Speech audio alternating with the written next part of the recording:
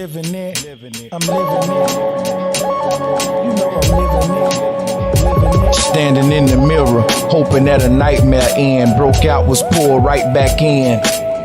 And then you realize life ain't fair when you go to church and realize Christ ain't there. Just some old men passing a bucket to some people without a pot to piss in. Look at these toe-down slums we got to live in, while all of these politicians saying they got the vision. Know your opposition in the age of the beast. One pie, but everybody craving a piece. Maybe I'm just another slave to the streets. Typical image displayed to police. Divergent. See inside these niggas like surgeons. Breathe deep and embrace the earth wind. Whether you just a nigga who hurting or a nigga who doing life still on his first 10. Boxed in, purpose is taken under the surface. Demons lurking and waiting, got the whole world worshiping pagans. In the three-headed dragon that circles the nation. I never understood how they interpret the scripture. How 10 pastors can interpret them different, but when you start searching it deeper, you begin to overstand his purpose is evil. A serpent with a thirst for the people. Some blinded with pipes, some cursed with a needle. Missing person, 3 days searching and seeking. Moms walk in the room and burst into pieces. Ashes to ashes and dust to dust. And if we don't fuck with them, they won't fuck with us. But sometimes in this lifestyle that ain't the case. And as I speak, another soul stand at the gates. I'm living it, I'm living it, I'm living it. Whoa, whoa, you know I'm living it. Living it, living it, living it, living it, living it. Whoa, whoa, you know I'm living it, living it, living it, living it, living it. Whoa, whoa, you know I'm living it, living it, living it, living it, living it, living it. Whoa, whoa. The numbness won't let me feel. Let's be real. I seen hell. I know that heaven's real. Trying to keep balance, but yet and still I see tragic and shit won't let me chill. They don't care how the F we feel. We all sheeple, fucking up lives, making it all legal. In the land of monopoly money and bald eagles, the real wealth is in the hands of small people. Niggas beefing, they lacking their Greek salad. Trying hard, but they can't succeed at it. Little nigga never achieved nothing but an excuse and a weed habit. We need practice, ashes to ashes and dust to dust. Cause nowadays, all we can trust is us. But the sad part, reality, that ain't the case. As I speak, another soul stand at the gates. It's kind of like the sun coming over a dark cloud and shining on you with its warm rays of beneficence.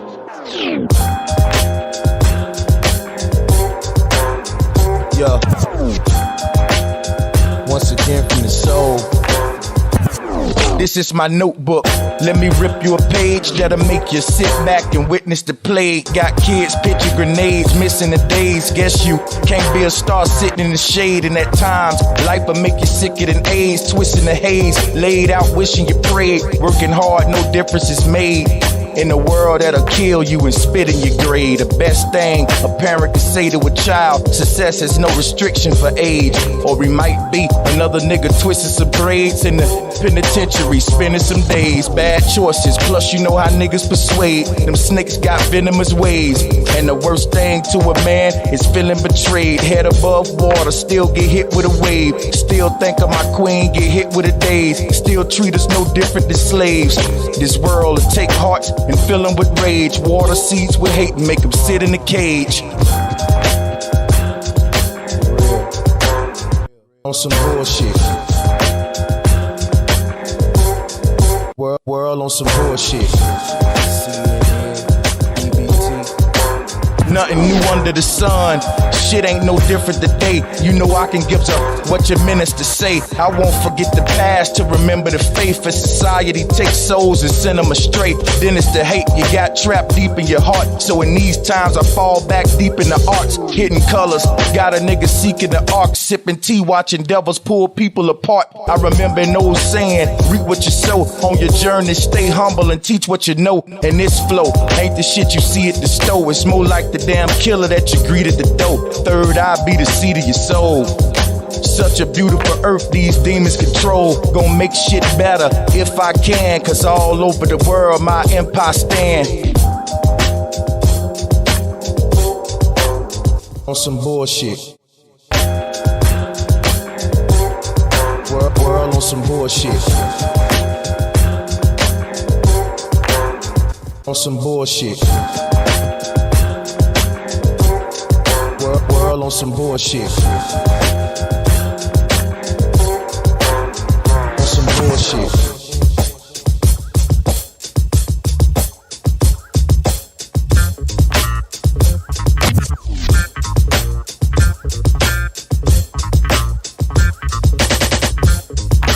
World on some bullshit.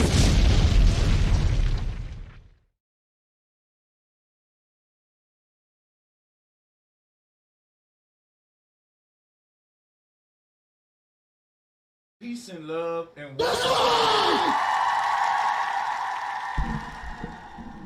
yo, my stream deck's been tripping for a minute. You gotta excuse that. Peace and love, we back. Drop a one if y'all can hear me.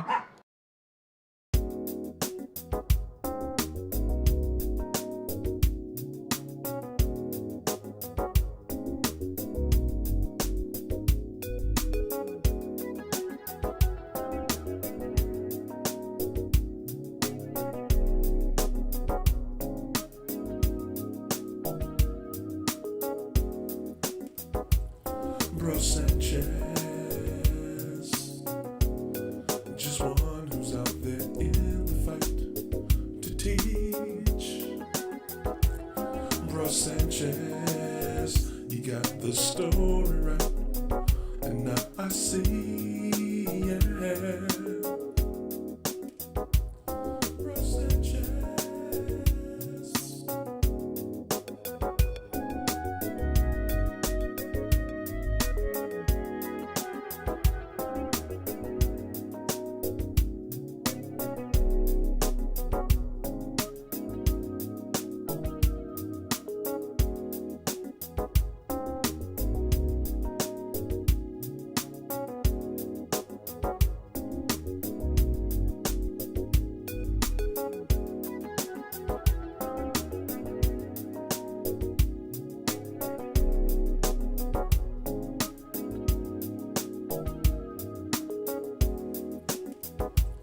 Bro Sanchez,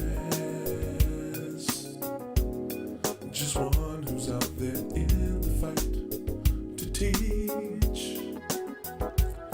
Bro Sanchez, you got the story right, and now I see, yeah. Bro Sanchez.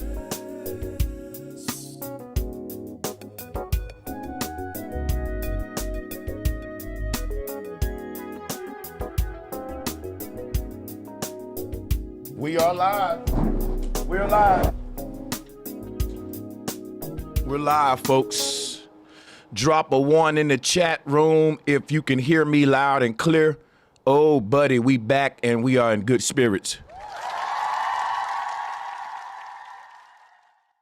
And let me just say to everyone who's listening to me right now, words have power. So allow me to speak some power with my words over your life right now. If you can hear me with your ears, just know that whatever you're going through is only a test so that you can activate a greater version of yourself. So don't look at it all miserably. Look at it as you up for the challenge and you're ready to evolve to your next state of potential. All right, somebody needs some words spoken over their life. Words are powerful. Let me give you some of mine. These are gifts. I'm saying that the person who listening to me right now, no matter what the hell you going through, it's only but a short time, and it's only to make you, not break you. All right? You ain't going through it, you growing through it. Words are powerful, and I want to tell somebody right now with my words that whatever obstacle it is you facing right now is already, you aced that shit. Bow. This ain't no Christianity. This ain't no churchy shit. This is that words have power, and I can curse you right now or I can bless you. So I'm opening it up, blessing everybody with positive vibes, good words, speaking awesome things over your life. And if words indeed have power, there you go, all right? Appreciate y'all for tuning in. Nothing will conquer you. You will always rise to the top. You the cream of the crop, and you will get to the top and realize when you look down, damn, man, I'm a good climber. I wouldn't have never known I had these skills to climb this high had I not went for the challenge. Look here, man. Everything you going through is solely for you. It ain't for nobody else. Because when you make it out of that shit and you in all your glory, can't nobody receive the praise but you. See, if the problems that you facing is all yours, then the success that and the victory when you conquer it is all yours, man. That's all you. Hey, baby, shut me in. Thank you, sweetie. Yeah, man, I'm so glad to be back and to just be good vibes. You know, we have an awesome community here.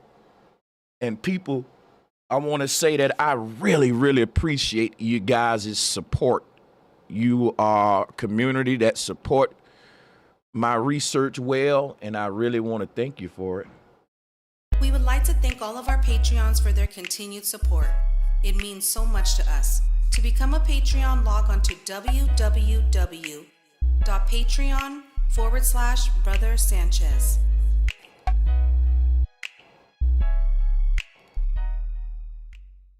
Support the content you love. Your contribution matters. It helps us continue our groundbreaking research, allowing us to create the unique content that you expect from our brand.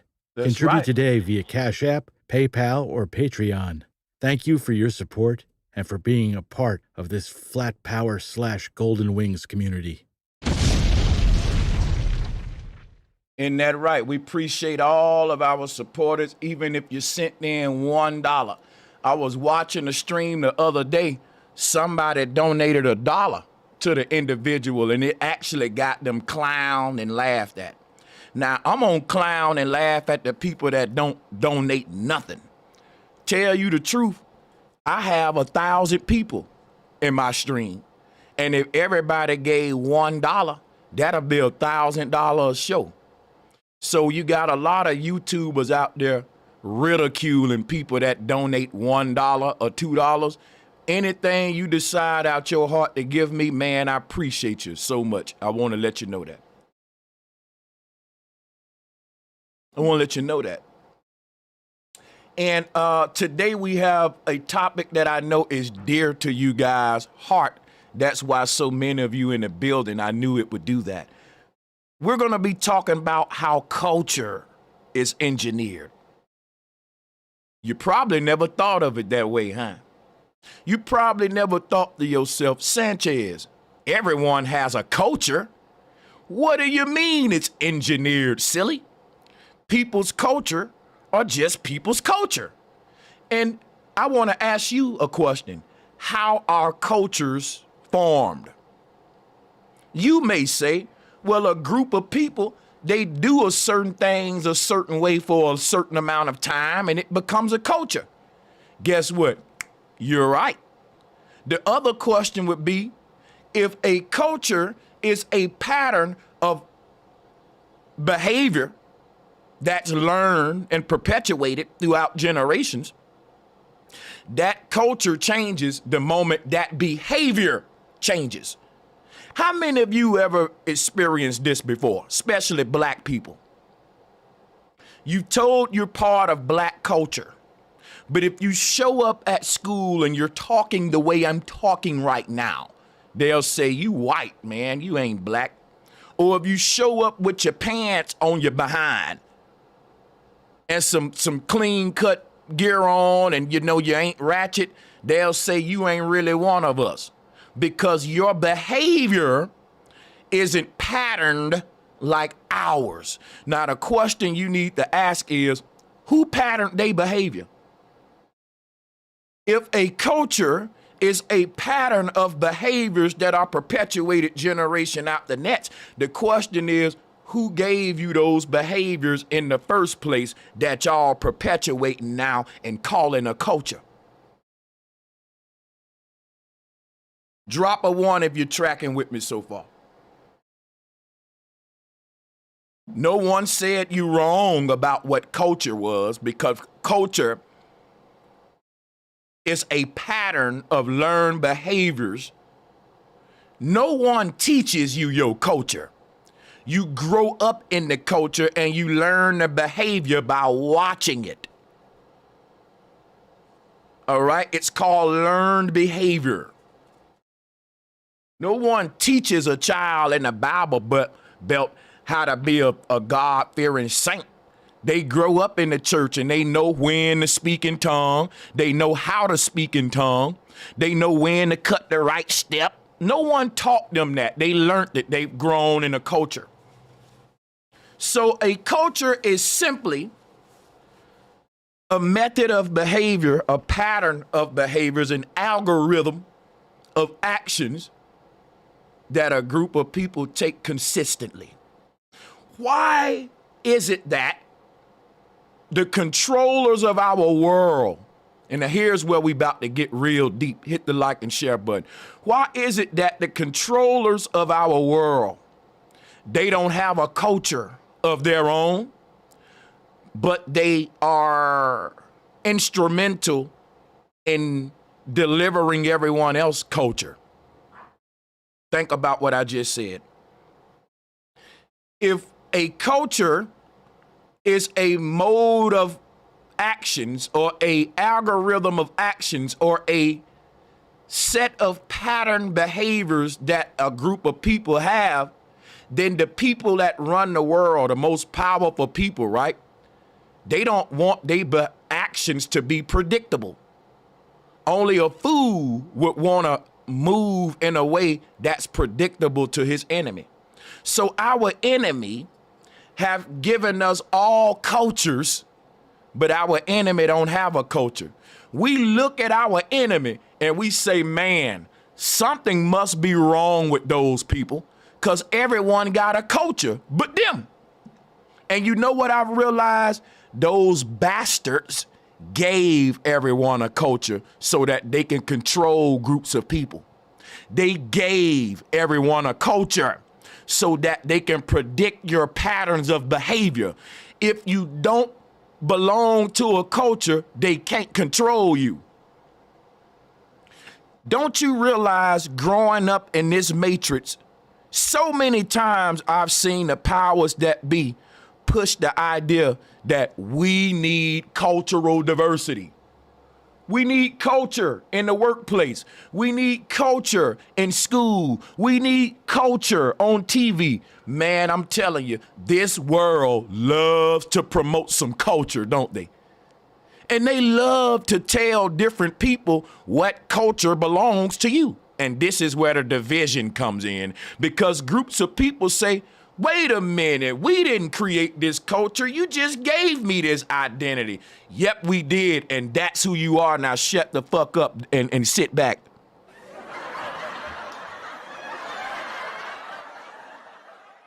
The moment you leave the box that they put you in, other people in that box will say, you ain't a real one. You ain't one of us. I'm a black man. And this is how us black people act. We do this. And they go through a bunch of predictable behavior. That is so awesome for your enemy. Your enemy job is done. Because when he created cultures, he created mental templates that he can predict. You know what we say, right? We say our enemy know us better than we know ourselves. Drop a 1 if you've heard that before. Drop a 1 right now. It's okay.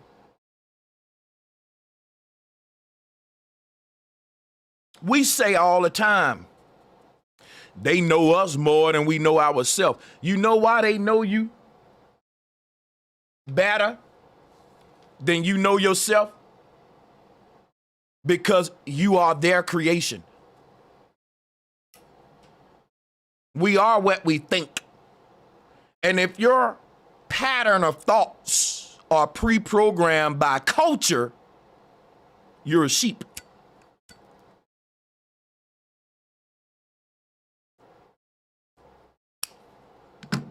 I want to teach you something today. Gods create cultures. Servants are born into them. I'm going to say that again. Somebody created a list of behavior and they gave it to your group. Somebody else created a list of behaviors and they gave it to this group, and so on and so on. And they made sure that the behaviors, right, that the behaviors that they program in each group are divisive and contradicts the next for the sake of keeping us divided. How is culture seeded into people's mentality? Through social engineering, and one main way is through music. Today we're going to watch a video that was submitted by a gentleman by the name of Robert Selfer. He submitted the video only a few hours ago, but my people kept emailing me. They said, bro, you was just talking about this yesterday. So I decided, hey, I'm going to watch it with everybody, and then I'll review it and really break it down, because it's only 15 minutes, but it's so much more that can be expounded on, and that's what we'll do here today. So let's actually watch the video together, and I'm going to actually watch it with no interruption, and then I'm going to run it back with the interruptions, with the commentary.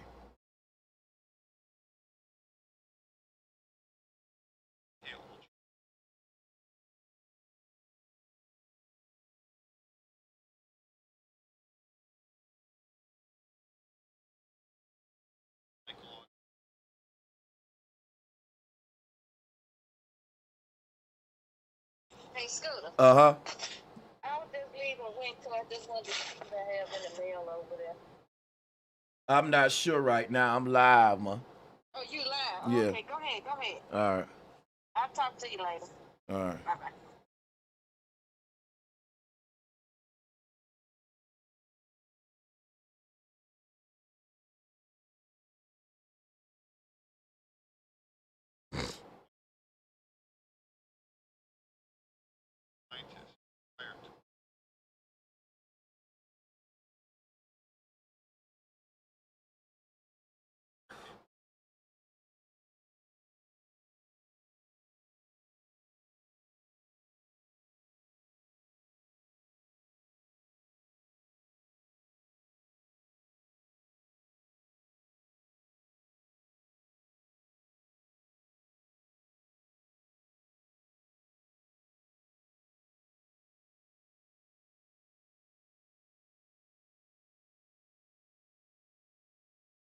Sorry about that, everybody. I noticed that I muted the video trying to mute myself. No problem. We're only 1 minute into it. I'm going to take it back.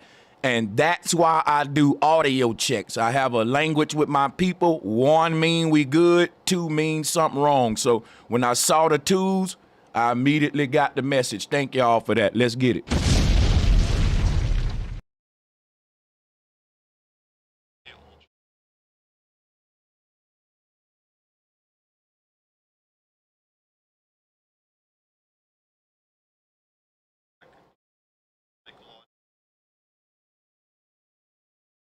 Y'all want to hear something funny? I fucking did it again. Now 3 strikes, my black ass is out. All right, let's watch this video from the top. It's from Robert Selfer on MK Ultra. I looked at this guy's channel. He's woke, but he's semi-woke. He got a lot of pseudo stuff over there, but we ain't gonna pay that no mind. We only going to deal with what resonate with us. How about that? And I'm gonna also give him a thumbs up. You know, everybody not gonna agree about everything. Let's take this to the beginning. Let's watch it with no interruptions. And when it's over, I'll replay it with my commentary. Let's go.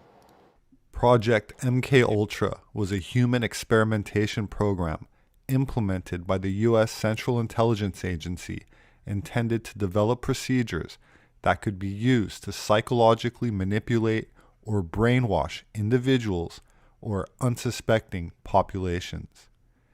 It was a covert continuation of scientific experiments conducted by German scientists during World War II on human subjects during interrogations with hallucinogenic substances such as mescaline, with the stated goal of eliminating the will of the person being examined. The CIA project was a continuation of these earlier Nazi experiments by exploiting the advances made by the numerous German scientists who were hired to work for the US as part of Operation Paperclip. The post-World War II American MKUltra program used numerous methods to manipulate its subjects' mental states and brain functions.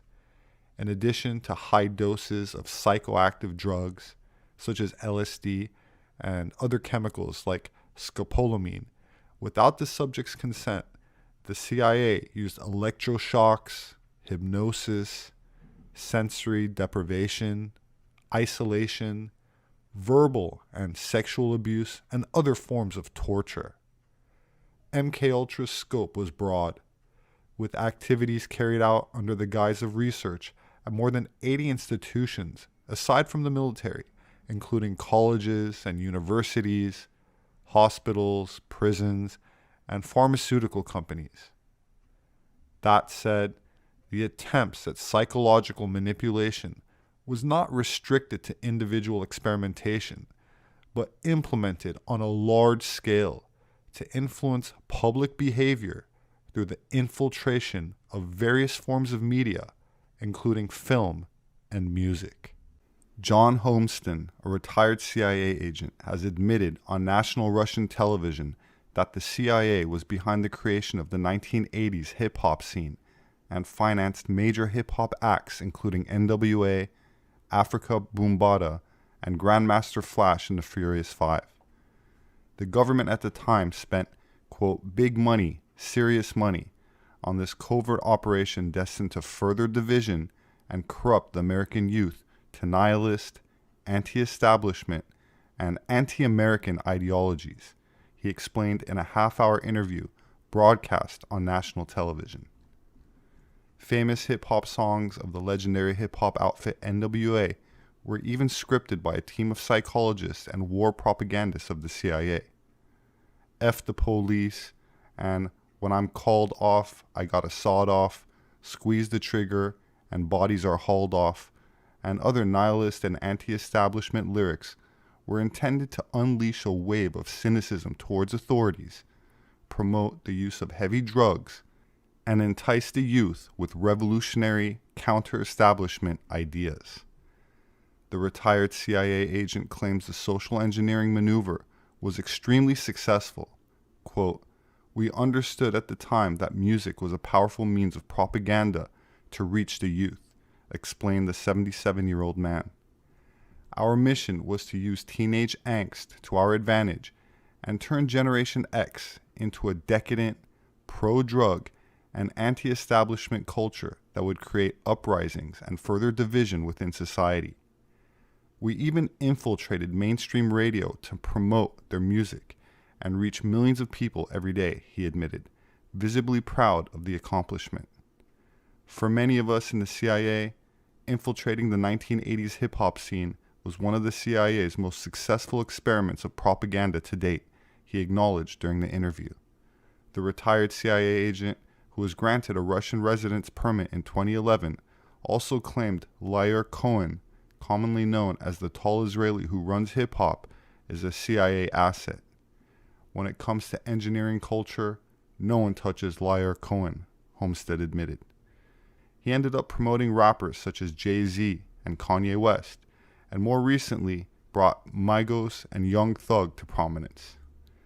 Some experts openly admit hip-hop nihilism, which was expressed in the use of harder, more self-destructive drugs like heroin, cocaine, and methamphetamine, pushed United States President Richard Nixon into the war on drugs, a campaign of prohibition of drugs and foreign military intervention, with the stated aim being to define and reduce the illegal drug trade within America and around the world.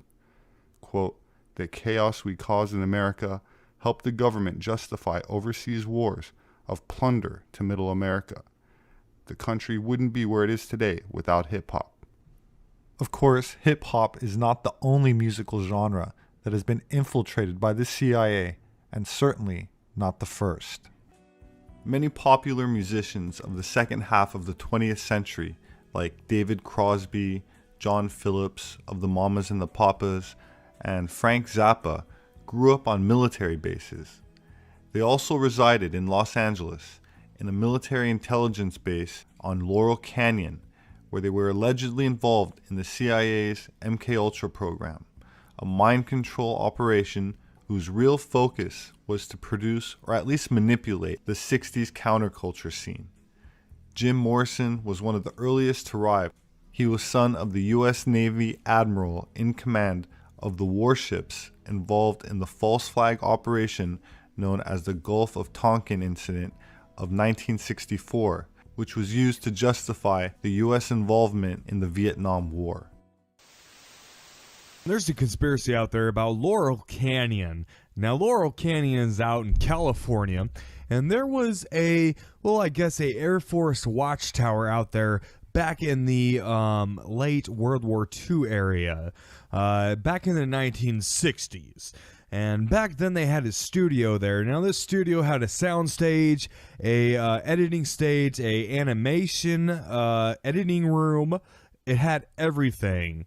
Now this place, I guess, was used for the atomic testing footage. So all that footage was taken to this studio in Laurel Canyon and was edited there and was processed. So after they got this, they reviewed all the footage from the atomic testing. Now what's really strange about this is a lot of musicians came out of this place back in the 1960s. Actually, all of those hippie musicians that you hear actually came from Laurel Canyon. Now, a lot of people say that these musicians had ties with the military and with the studio up in Laurel Canyon, which was an Air Force base.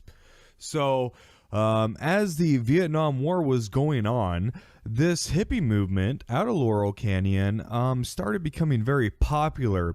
And in fact, Jim Morrison's father, Stephen Morris, was a very highly naval officer, very high ranking, and he was actually part of the Gulf of Tonkin, which started the Vietnam War. So as this was going on, his son, Jim Morrison, was becoming very popular in the cultural movement. A lot of famous artists came from there. Even the Beach Boys came from there. Now, the Beach Boys, got very famous back in the day during the whole hippie movement, but also Charlie Manson was very popular too. Now, Charlie Manson was a songwriter, so he would actually write songs for the Beach Boys. Now, if you don't believe me, here's an actual song that he wrote, and this is, in fact, him singing it. Give up your work. Come on, you can't be. I'm your kind, oh, your kind, and I can see. Walk on, walk on. So, that right there is, Charlie Manson. So he was very popular with the Beach Boys and with the other groups. And of course, we all know what happened to Charlie Manson. So, it's very, very strange, guys. And what I'm trying to say is this could possibly be an MKUltra type of experiment on society back in the day.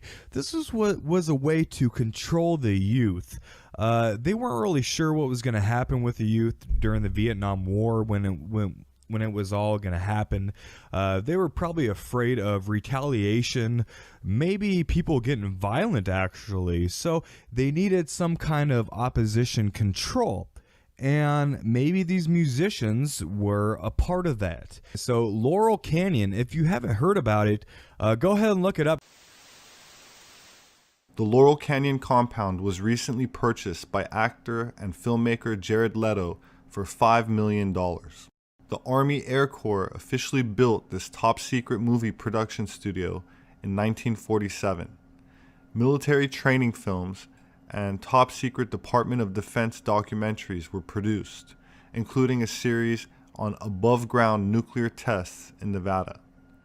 That said, celebrities like Marilyn Monroe and Elvis Presley are also said to have worked there, signing non-disclosure agreements.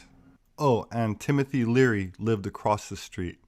For decades, a so-called anti-propaganda law prevented the US government's covert broadcasting arm from delivering politically deceptive programming to American audiences.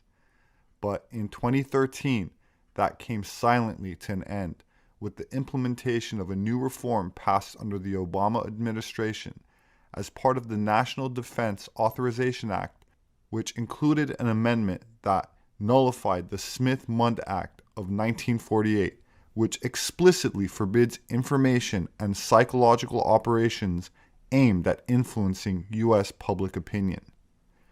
Critics claim that the act also unleashed thousands of hours per week of government-funded radio and TV programs for domestic U.S. consumption in what has been criticized as a green light for politically motivated social engineering and U.S. domestic propaganda efforts.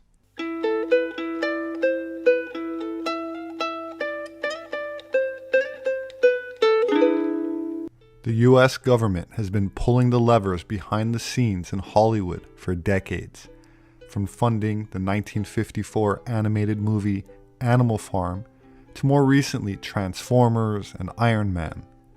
The propaganda comes in many disguises, including patriotic musical lyrics, comic books, and even abstract expressionist art. Sometimes the spin is so subtle, audiences don't even notice the CIA or military intelligence are calling the shots. American operatives aren't the only propaganda artists in the world, of course. They just happen to be the most sophisticated. And propaganda is most impactful when people don't even think it's propaganda. And in actuality, the government has influenced thousands of movies, TV shows, and programming targeting children, portraying certain racial populations as born oppressors, and promoting a woke ideology and antisocial behaviors. Politicians, activist groups, and cultural institutions, including universities and companies like Disney and DreamWorks, are being weaponized because they're deliberately inserting propaganda and social engineering into their content to perpetuate their far-left agendas, including a cultural decline in traditional values and justifying a demographic shift that mainstream media denies is happening.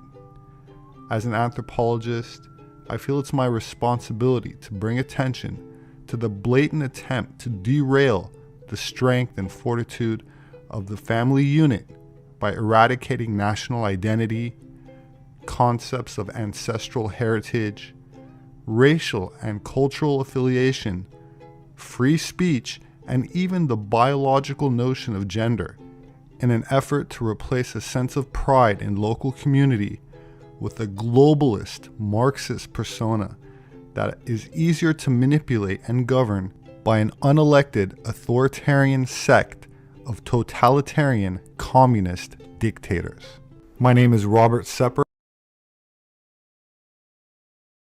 This is Robert Sepper. You can go and subscribe to his channel. Actually, let me drop a link to this video. Do it now. Go ahead and hit the link if you want to follow him. Moderators, you can repeat the link. I don't mind sharing this guy's channel. He has some good content. And now what I'm going to do, guys, I'm going to rewind this. I'm going to speed it up just a tad, and I'm gonna give my commentary. And I got a lot for you guys because I really want to talk about MK Ultra, mind programming, and what the CIA found out after World War II and how they implemented it on my people via symbolism, hip hop, and all this crap. But I got to go deep with y'all now. I got to go deep. Now, before we Well, actually, let's play the video. I know how I'm gonna do this. Let's go. Project MKUltra was a human experimentation program implemented by the U.S. Central Intelligence Agency intended to develop procedures that could be used to psychologically manipulate or brainwash individuals or unsuspecting populations. Now, I want to explain something to y'all right off the bat, that we see a lot of little clips where people got on bulky head equipment. You see their eyes perked open, look like they being tortured. You see people with the CIA cutting inside of their head and shocking them on the brain. I want to give you my theory on all of that research. They thought that you could manipulate the mind by having this invasive, direct approach. Our early studies in the mind and the psyche, and I wouldn't say early studies, these took place in like the 40s, 50s, 60s, all that time, but it show you how dumb we are though, because they was hooking all of this stuff up the people's head, trying to see if they can control the person's will. So their first attempt at trying to create technology to control our mind, it was direct, invasive, rigid, bulky technology. And it's like, how the hell would that even be implemented? Now, I'm gonna show y'all that the what's behind these experiments. They never thought to themselves, this is how we're gonna control the world's mind. The reason they put those headgear on those people and they was experimenting like that, they was sending certain vibrations and frequencies to certain neurons. And they was saying, can I suggest subconscious messages on a subconscious level? I'm trying to explain to y'all the method behind the madness, because we looking at these clips and you see people getting shocked on their head and you see all of that, but I want you to understand what they were doing when they were doing that. What they were doing was, see, when we have a thought, right, it starts from a subconscious level, then it manifests into a form that we can now perceive in our minds, then we actually act it out in our reality. That's three things before we even act it out.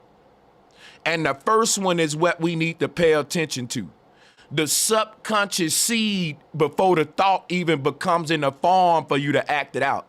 Now, these are very subtle signals that are coming from a reality that's beyond our reality. In other words, the energy in motion or the emotions, the thoughts that govern our emotional state don't even come from the body. They don't originate from the body. So what happens is this. They finding out that our thoughts are, our paradigm of thought starts on a subconscious level.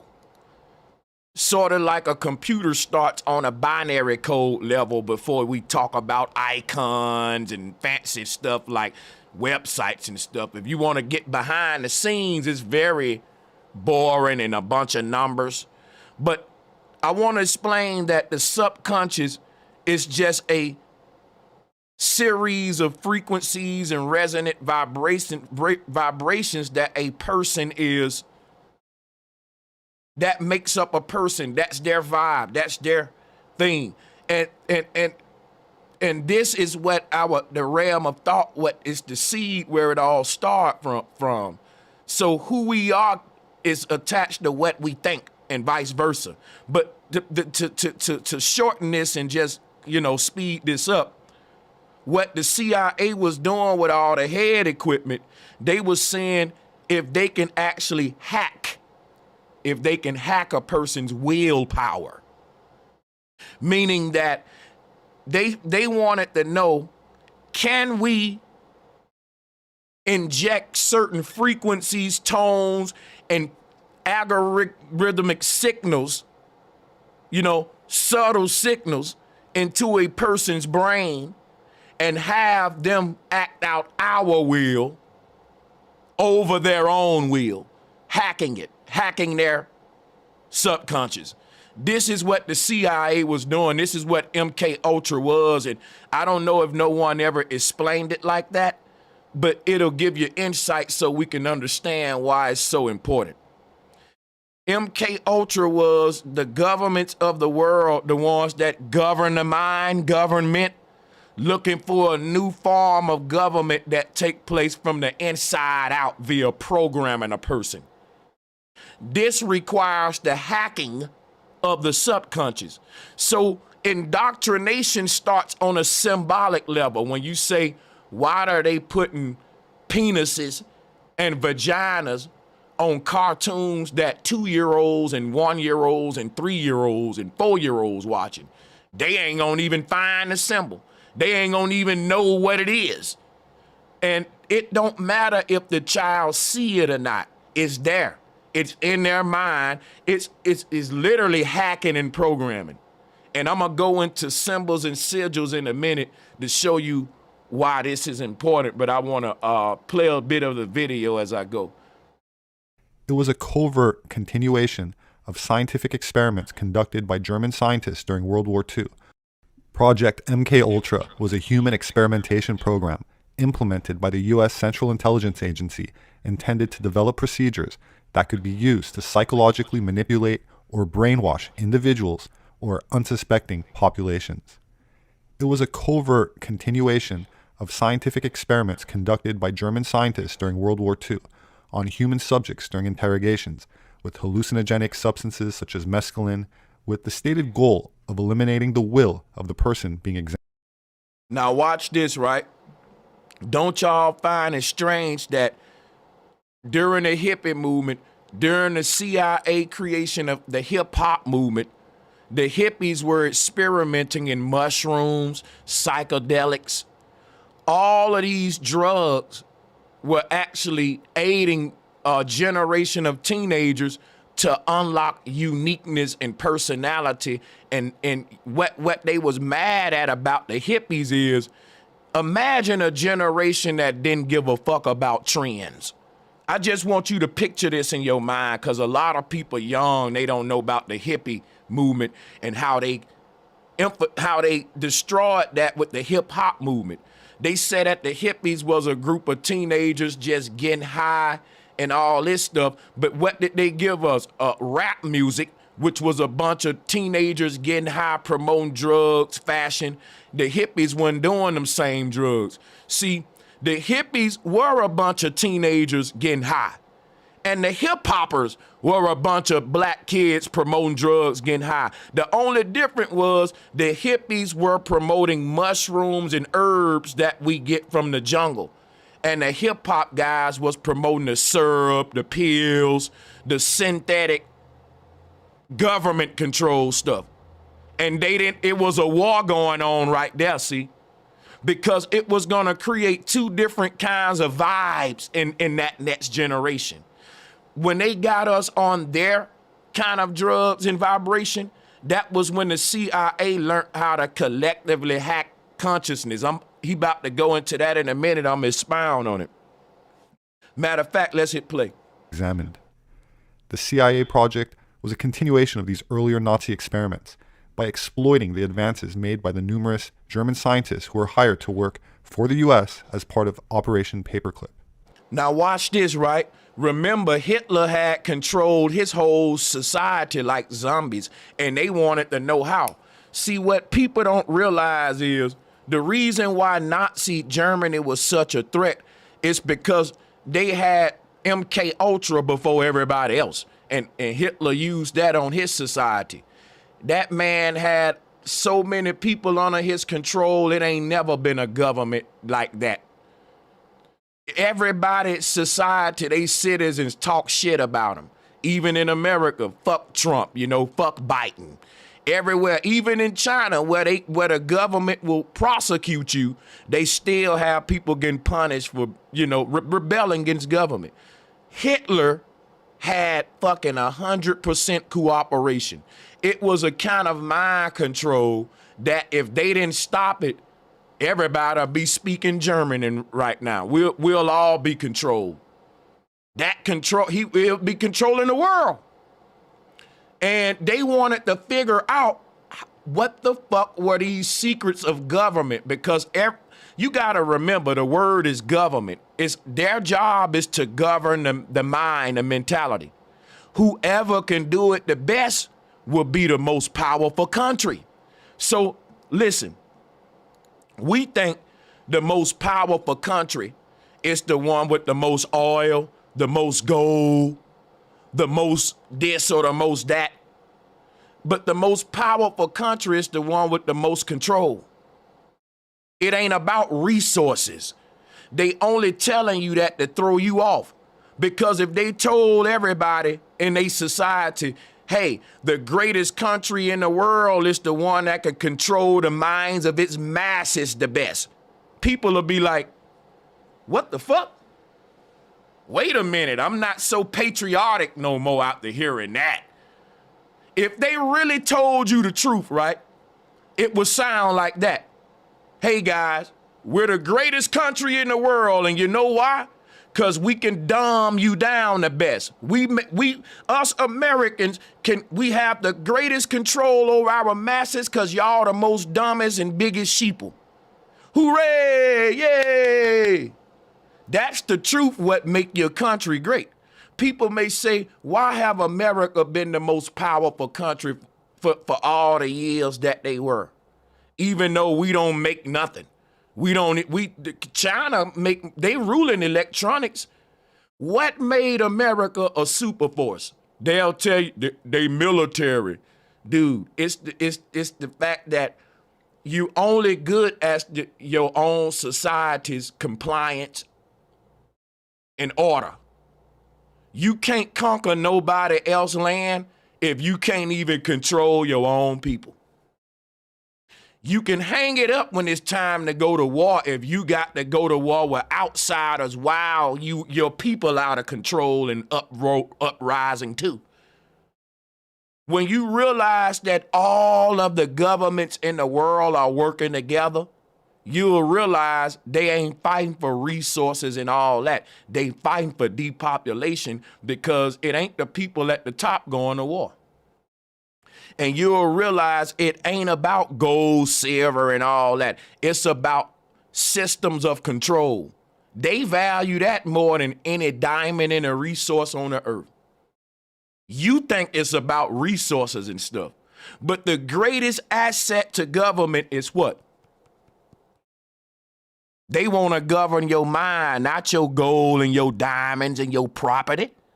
It's called government, not govern things. They know if they can govern your mind, everything else will fall in suit. So let's play the video. The post-World War II American MKUltra program used numerous methods to manipulate its subjects' mental states and brain functions. In addition to high doses of psychoactive drugs, such as LSD and other chemicals like scopolamine, without the subject's consent, the CIA used electroshocks, hypnosis, sensory deprivation, isolation, verbal and sexual abuse, and other forms of torture. MKUltra's scope was broad, with activities carried out under the guise of research at more than... Now, I want you to understand what this man is telling you right now. This man said, basically, during MKUltra experiments, the CIA tried everything under the sun to see what's the best way to control a mind. They tried everything from direct procedures that go directly on the head, everything to drilling inside the brain. And they found out that the best way to control the mind was actually the most subtle of all ways. And that's with an algorithm of symbols and actions and events. It will subconsciously create predictable responses from the collective. And I'm gonna go more into see what came with, you gotta realize what came along with the hip hop thing. became a new religion of sigils and logo worship.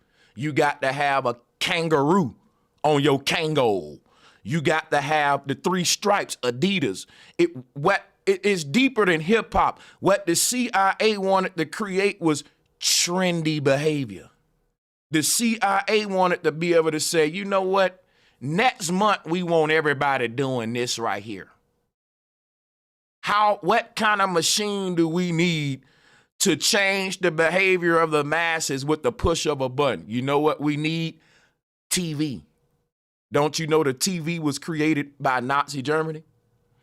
And it ain't just the TV, it's the propaganda. Once you get the TV, you gotta act a certain way in that little square. And if you do it the right way, you will have the masses following you.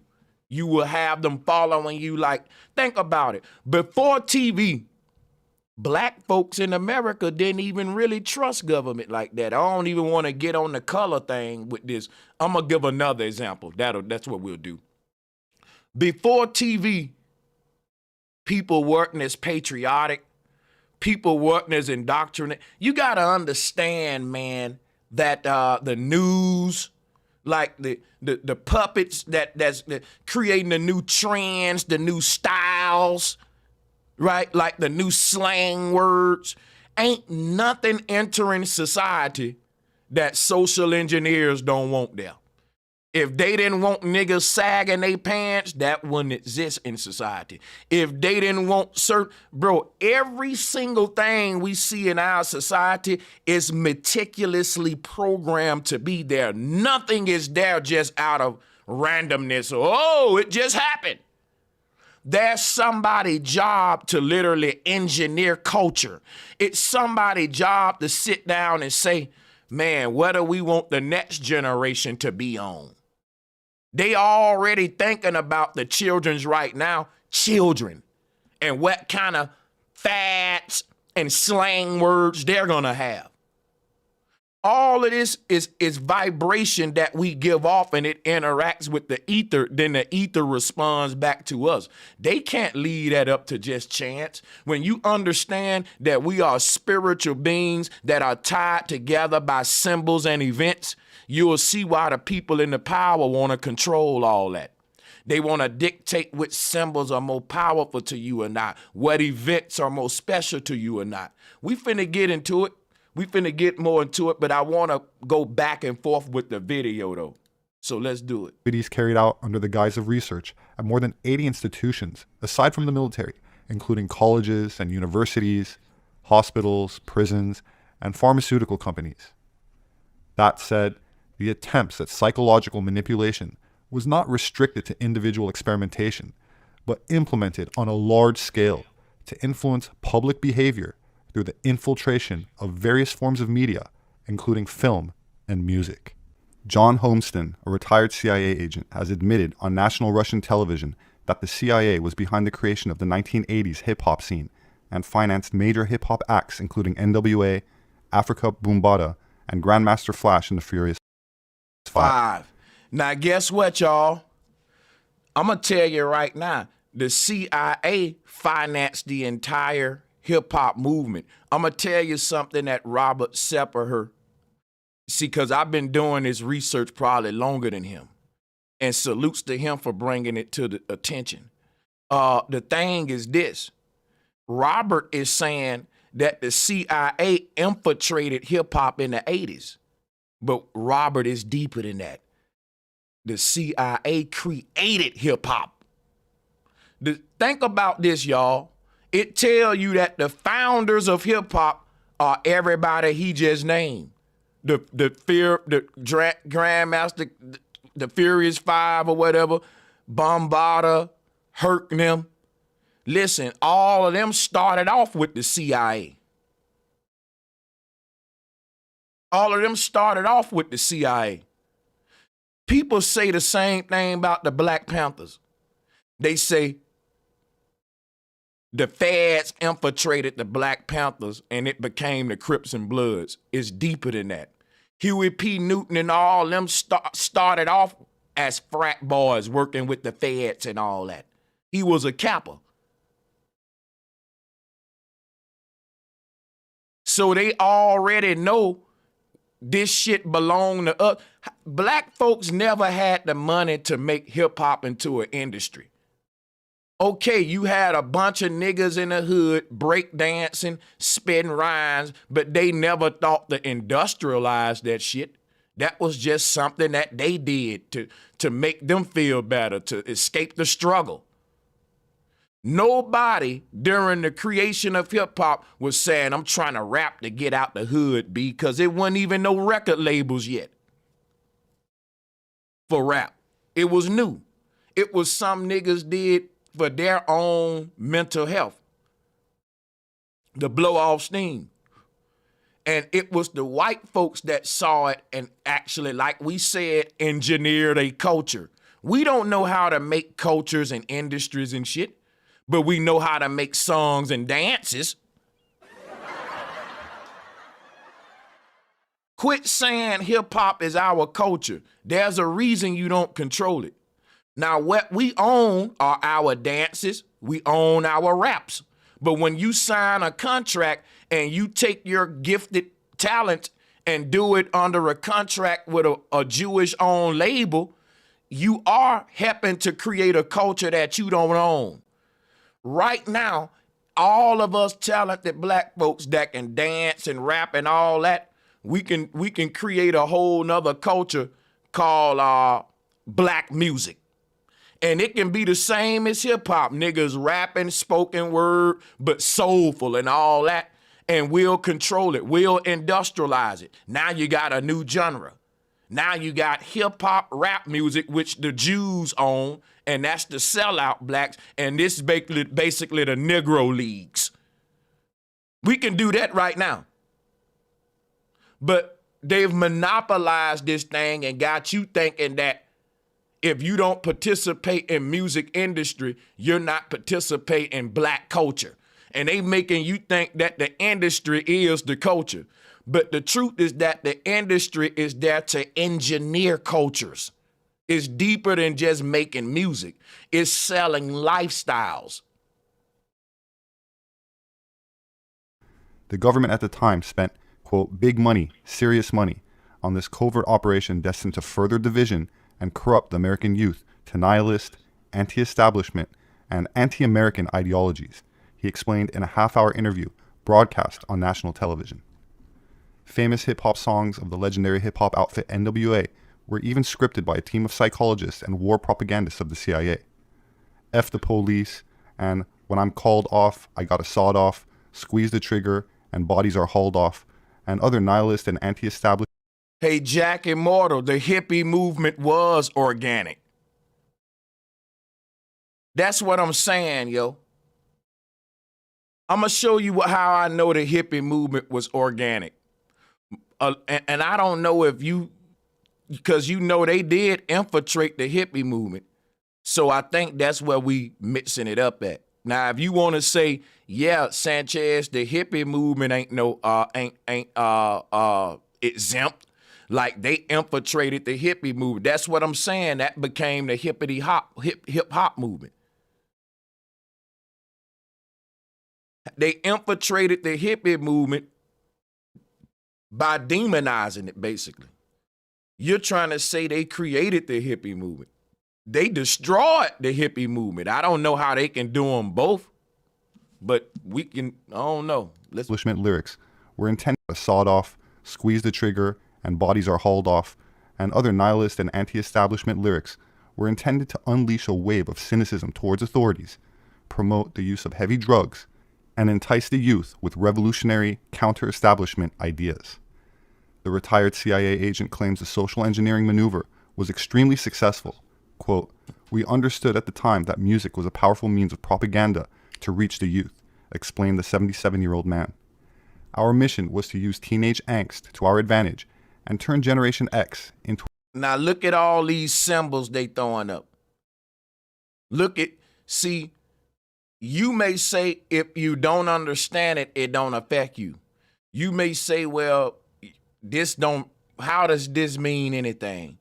Dude, this is an unspoken language that a secret society of people who's in on the know If you don't think that Birdman knows some shit you don't know about the government, about reality, you're naive, dog.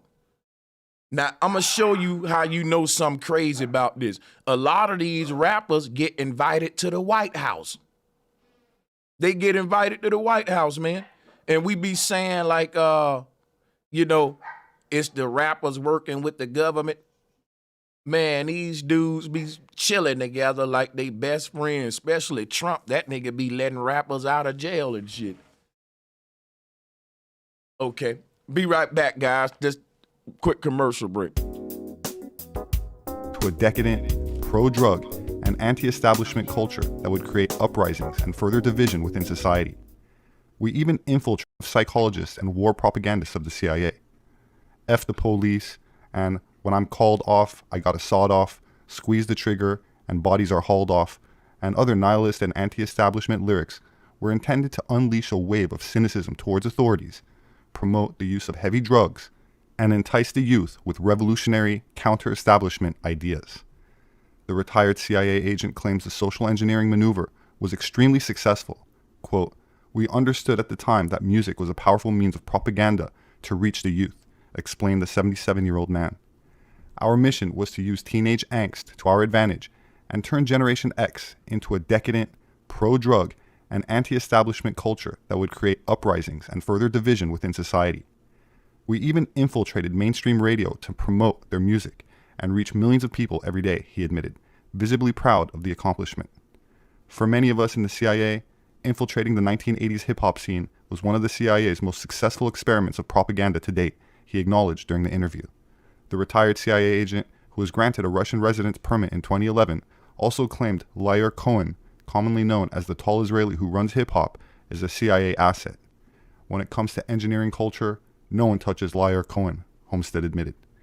He ended up promoting rappers such as Jay-Z and Kanye West, and more recently brought Migos and Young Thug to prominence.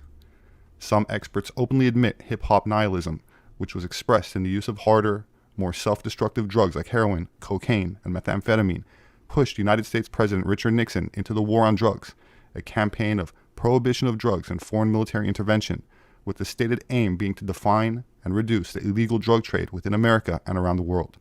Quote, "The chaos we caused in America helped the government justify overseas wars of plunder to Middle America. The country wouldn't be where it is today without hip-hop." Of course, hip-hop is not the only musical genre that has been infiltrated by the CIA, and certainly not the first. Many popular musicians of the second half of the 20th century, like David Crosby, John Phillips of the Mamas and the Papas, and Frank Zappa, grew up on military bases.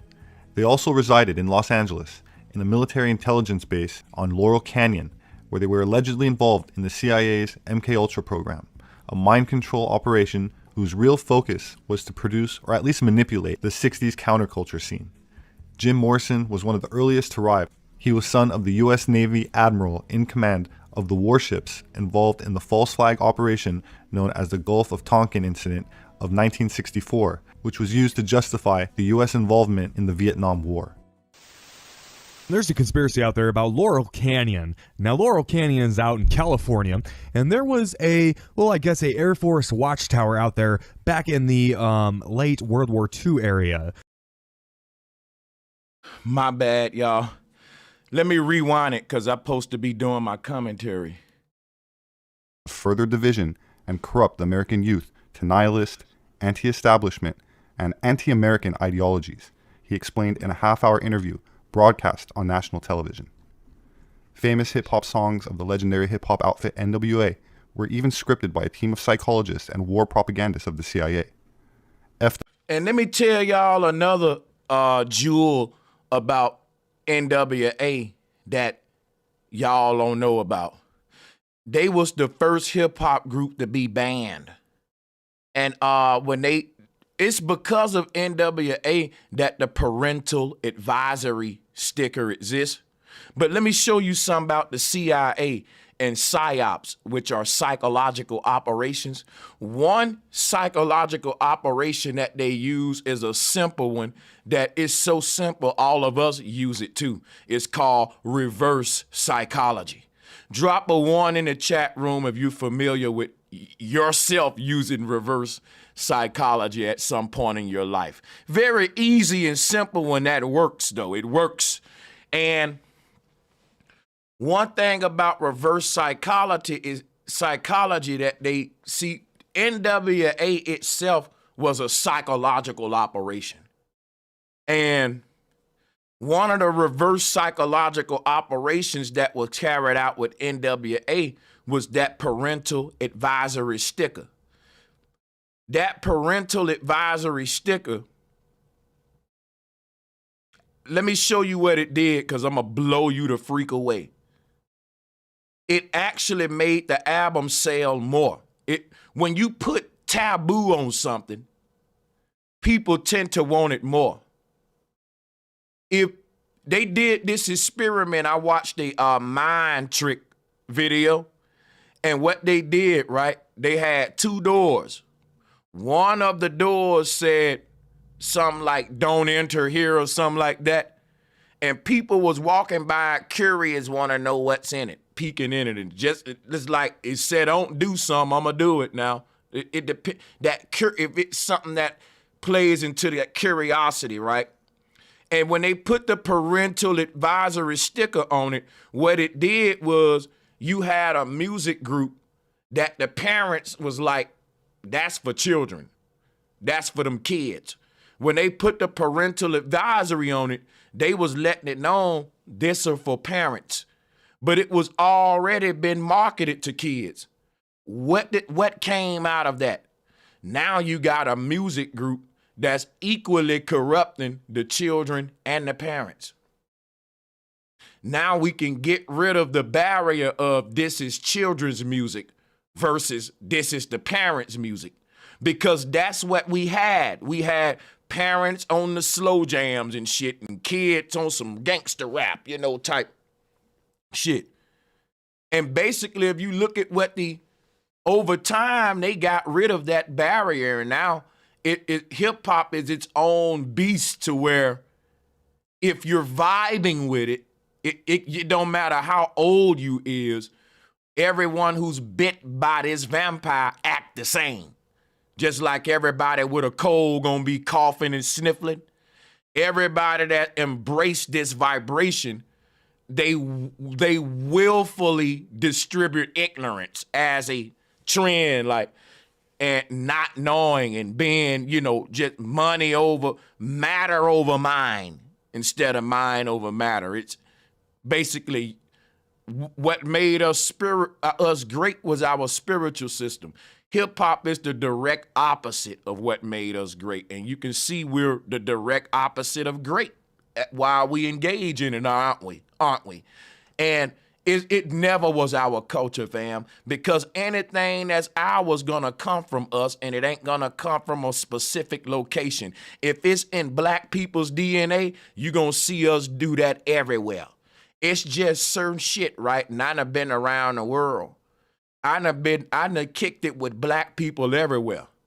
And yeah, all black people got their different swaggers because they from different places, but it's just some shit that we all just do no matter what, and I don't care where you at. If you black, it's just some shit we can relate to. And my thing with that is,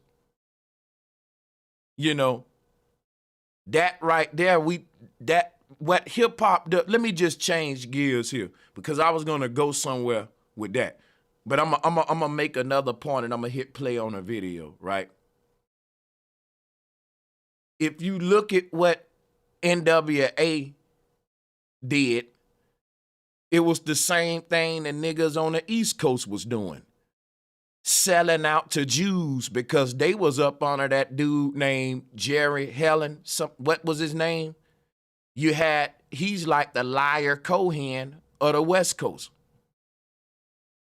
And their Adidas on the West Coast was Chuck Taylor. And instead of them having on, they had Chucks instead of Adidas, Dickies suits instead of, and over here they had like those black leather suits, whatever, Run DMC suits, whatever they had on, and all black shit. But you can tell, goddammit, everybody was just getting programmed. Like, think about this. It can't be our real culture. Like I was saying, it's some shit that if it's really ours, is universal to black people everywhere.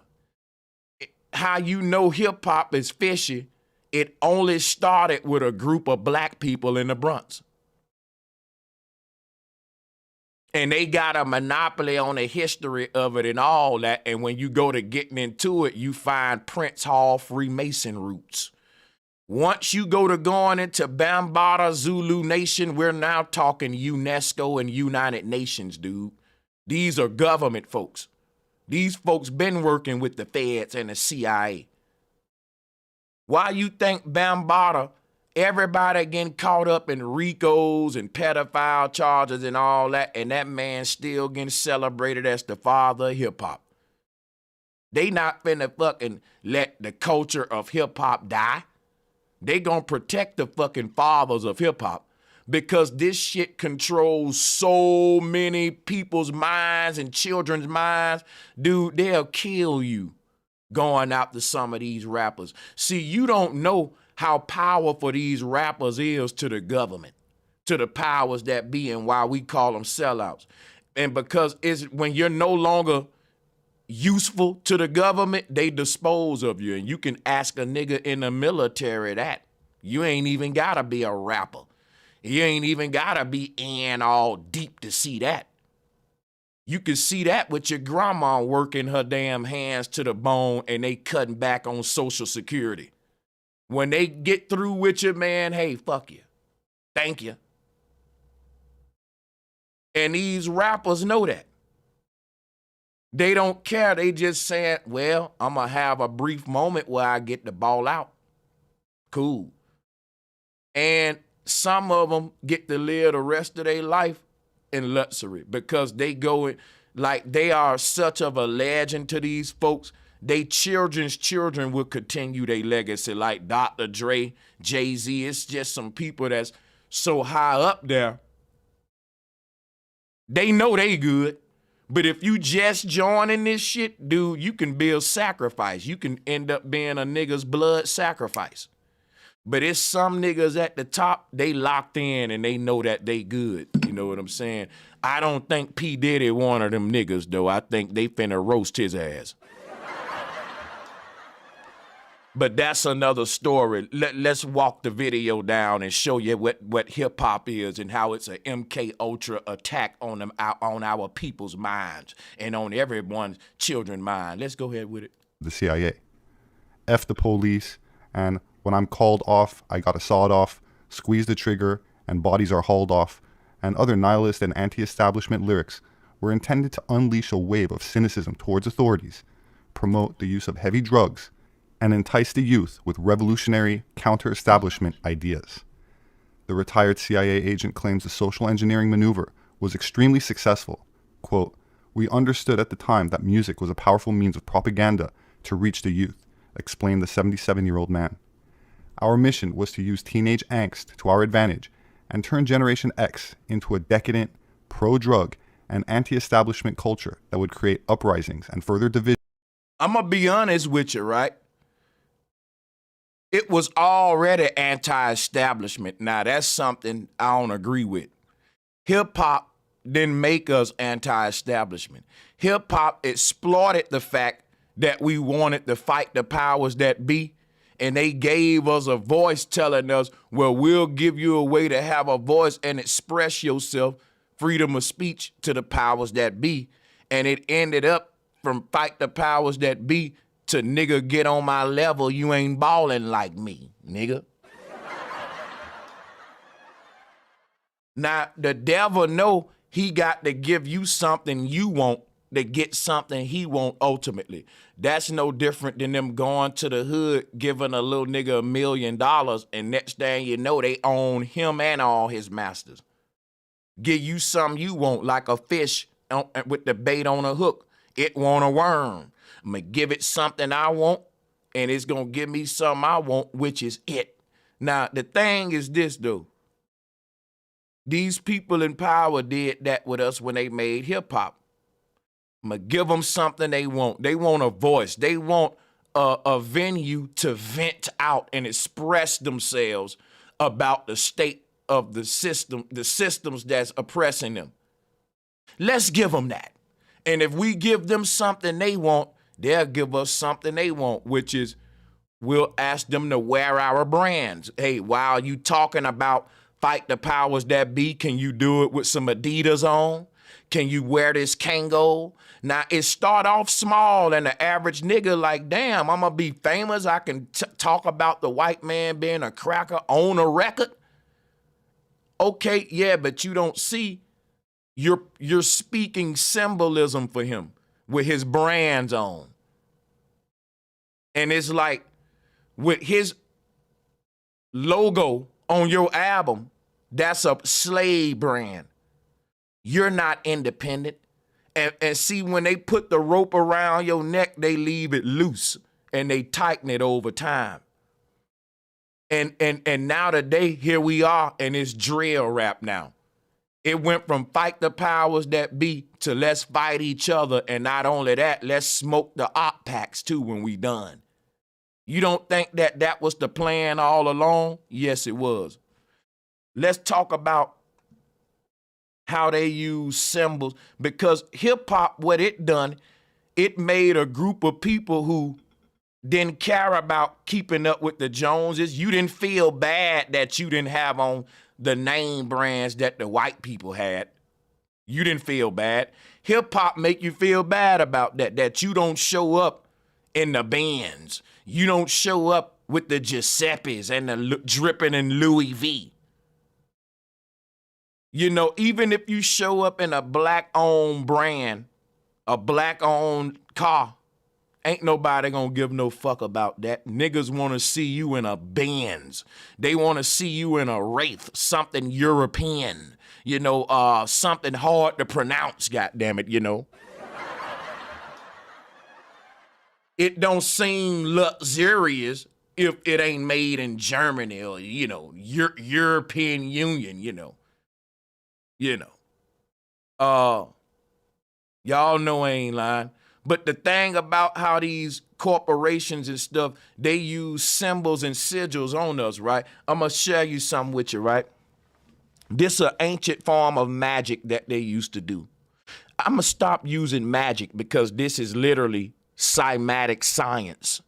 And what it is the fact that it was a way to manifest inside of this simulation.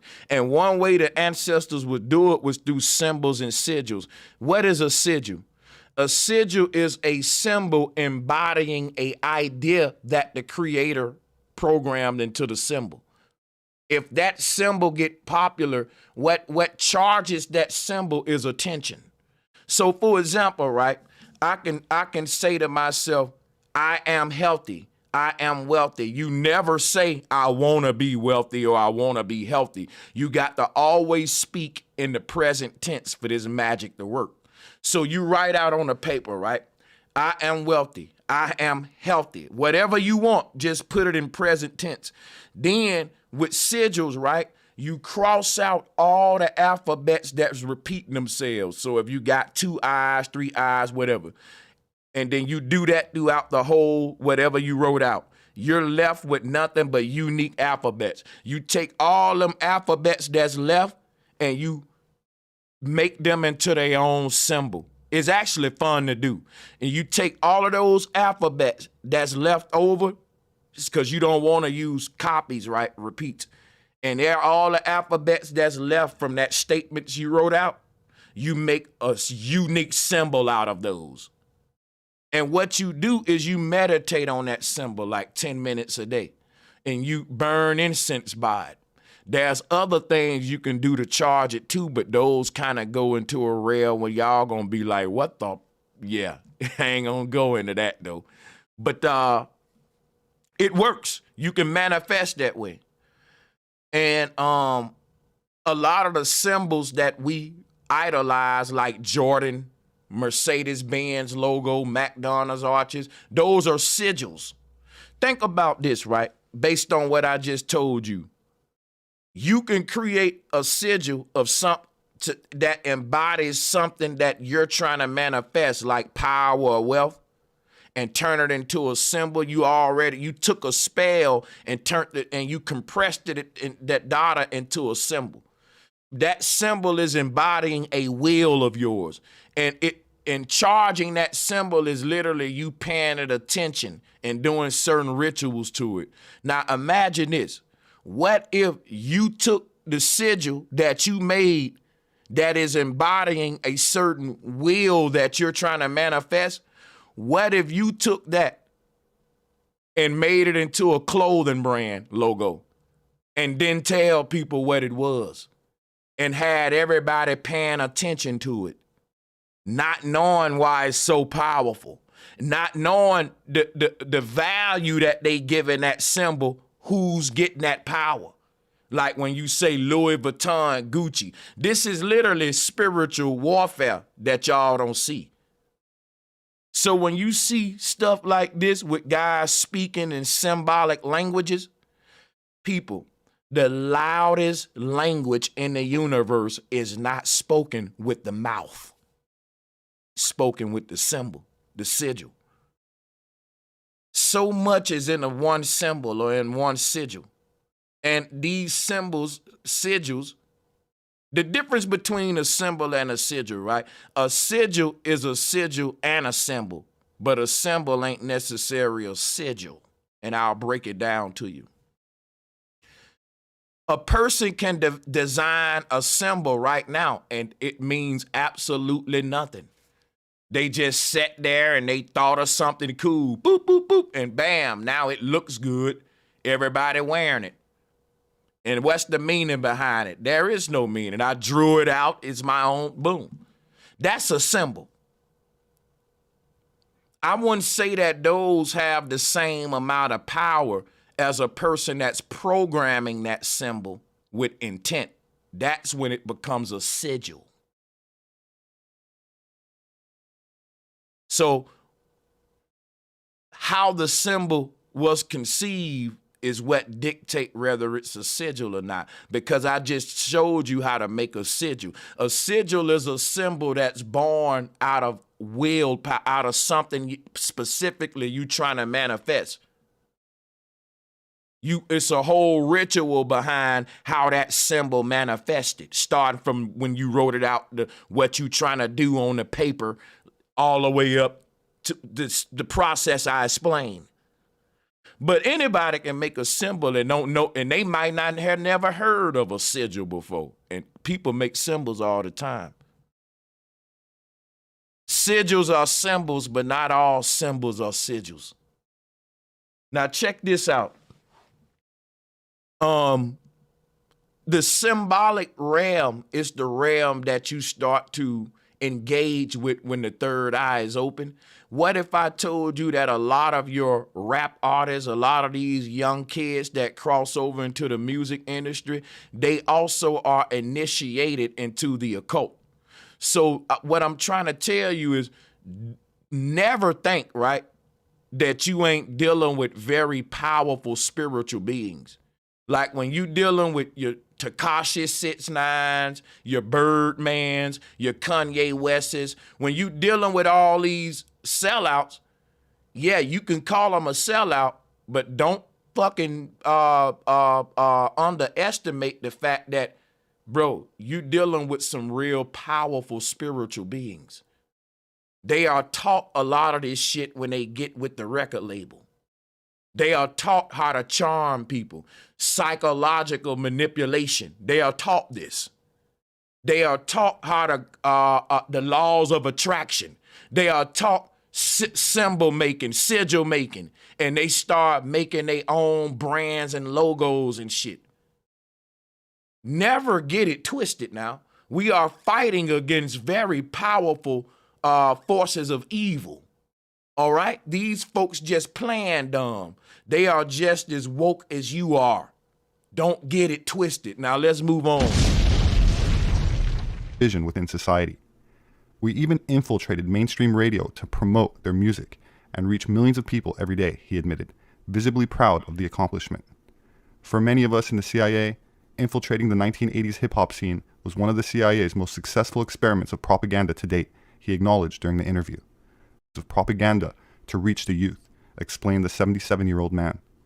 Our mission was to use teenage angst to our advantage and turn Generation X into a decadent, pro-drug, and anti-establishment culture that would create uprisings and further division within society. We even infiltrated mainstream radio to promote their music and reach millions of people every day, he admitted, visibly proud of the accomplishment. For many of us in the CIA, infiltrating the 1980s hip-hop scene was one of the CIA's most successful experiments of propaganda to date, he acknowledged during the interview. The retired CIA agent, who was granted a Russian residence permit in 20... Hey, let me tell you something, because y'all be like, you think Kanye flip, you think this one flip, you think that one flip. Listen, man, the moment your ass sign a deal and get in the bed with this industry, you on their team. What part of that don't we get? Let me show you something. Kanye West is not only on their side and he's not for the people, but watch this. He let you know. He let you know what team he on. And you know what I don't get? The Church of Satan pleased with Kanye releasing Jesus is King. Kanye, Baphomet, 5-pointed star pentagrams everywhere. Anybody promote Kanye West, get the fuck from around him. Because at this point, ain't nothing. Niggas always like a celebrity savior ass mentality. Man, we need to support Kanye because what he can do for black people, nigga, that nigga can't do shit for me. Hate when niggas talk like that. Niggas, every man for theyself. Quit selling niggas them goddamn dreams. These celebrities ain't gonna never do shit to make your situation better. And I get mad when niggas talk like that because I'm doing this shit for myself, nigga. Kanye ain't did shit to make my life better or worse for that matter. Well, yeah, he have done something to make it worse because he corrupting the children. But the nigga ain't done nothing to make my life better. I take offense to that. He building this bit, that ain't got shit to do with me, nigga. That don't help me. You know, niggas want to find a way how it's helping them. Nigga, that shit ain't got nothing to do with you. This nigga around this bitch having prayer with Marilyn Manson and shit. Y'all, you want to be around this damn weirdo. You want to be around a nigga that got Marilyn Manson at his prayer service. Stupid. A nigga that wear hefty bags and garbage bags and recycled tires for boots and shit around this bitch, and he's a millionaire. The fuck, nigga. 2011 also claimed Liar Cohen, commonly known as the tall Israeli who runs hip-hop, is a CIA asset. When it comes to engineering culture, we understood at the time that music was a powerful means of propaganda to reach the youth, explained the 77-year-old man. Our mission was to use teenage angst to our advantage and turn Generation X into a decadent, pro-drug, and anti-establishment culture that would create uprisings and further division within society. We even infiltrated mainstream radio to promote their music and reach millions of people every day, he admitted, visibly proud of the accomplishment. For many of us in the CIA, infiltrating the 1980s hip-hop scene was one of the CIA's most successful experiments of propaganda to date, he acknowledged during the interview. The retired CIA agent, who was granted a Russian residence permit in 2011, also claimed Liar Cohen, commonly known as the tall Israeli who runs hip-hop, is a CIA asset. When it comes to engineering culture, no one touches Liar Cohen, Homestead admitted. He ended up promoting rappers such as Jay-Z. Look at that, right? They said, and a man named Liar, I wonder is it spelled L-I-A-R? Yeah, Liar Cohen, a damn liar. Yeah, and everybody already know Liar Cohen, the nigga with Interscope, man. Y'all don't know these dudes is powerful, man. And it's because they got more influence over your children than you, man. Who was granted a Russian residence permit in 2011, also claimed Liar Cohen, commonly known as the tall Israeli who runs hip-hop, is a CIA asset. When it comes to engineering culture, no one touches Liar Cohen, Homestead admitted. He ended up promoting rappers such as Jay-Z and Kanye West, and more recently brought Migos and Young Thug to prominence.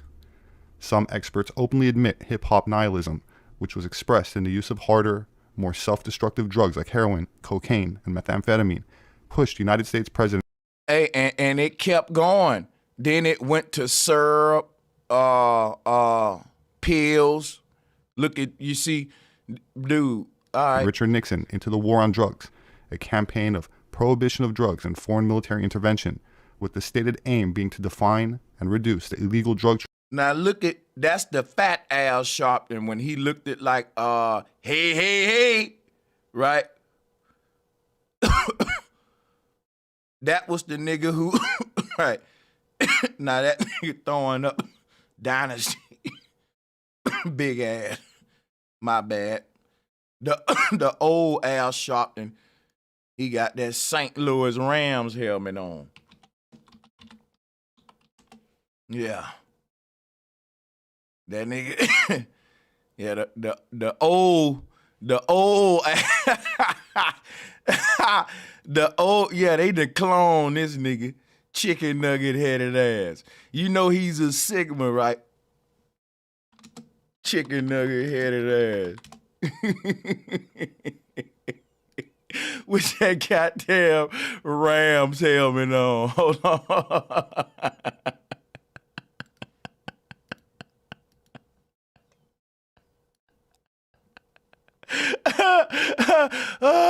He got that Rams helmet on.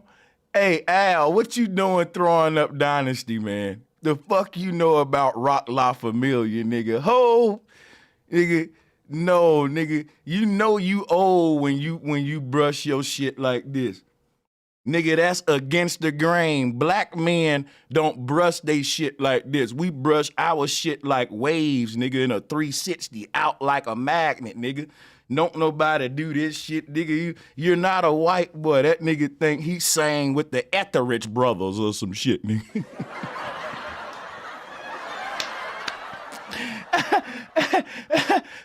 That nigga is the lead singer with Bird and the Midnight Falcons. That goddamn St. Louis Rams helmet on, man. Let's go, dog. You know that nigga, that's Boulay, man. Prince Hall, we already know. Let's go. Trade within America and around the world. Quote, the chaos we caused in America helped the government justify overseas wars of plunder to middle America. Look at Childish Gambino, androgynous acting ass with the damn all-seeing eye on the back of his jacket. And you know he had the #1 Billboard hit, This Is America and shit. Like, bro, you don't get that by happenstance. You got to be part of the cabal. Y'all think this shit's a game? Real talk, the death clauses are real. Bro, it's sick. Country wouldn't be where it is today without hip-hop. Of course, hip-hop is not the... This country wouldn't be where it is today without hip-hop. Hip-hop influences the masses more than the government politicians, nigga. See, the government already know that. Watch this, y'all. Let me show y'all psychological programming. Just check this out.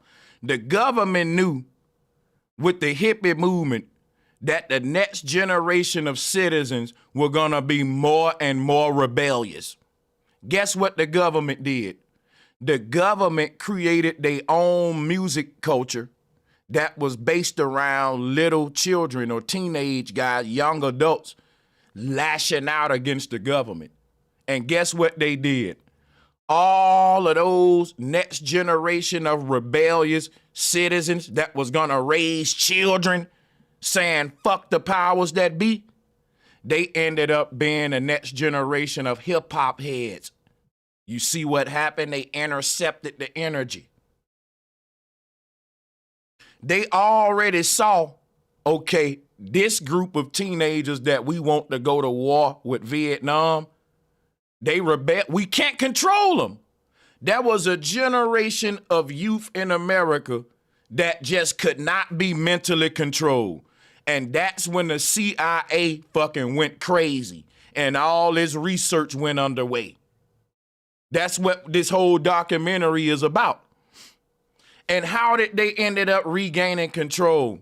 Through the modern music and arts today is how they control the youth. Why is it about the youth? Because that become the next generation of adults that's going to be running the country. So they took a lot of anti-government energy and government funded the shit. If you can't beat them, join them. They used that against us. They joined our outlash against them.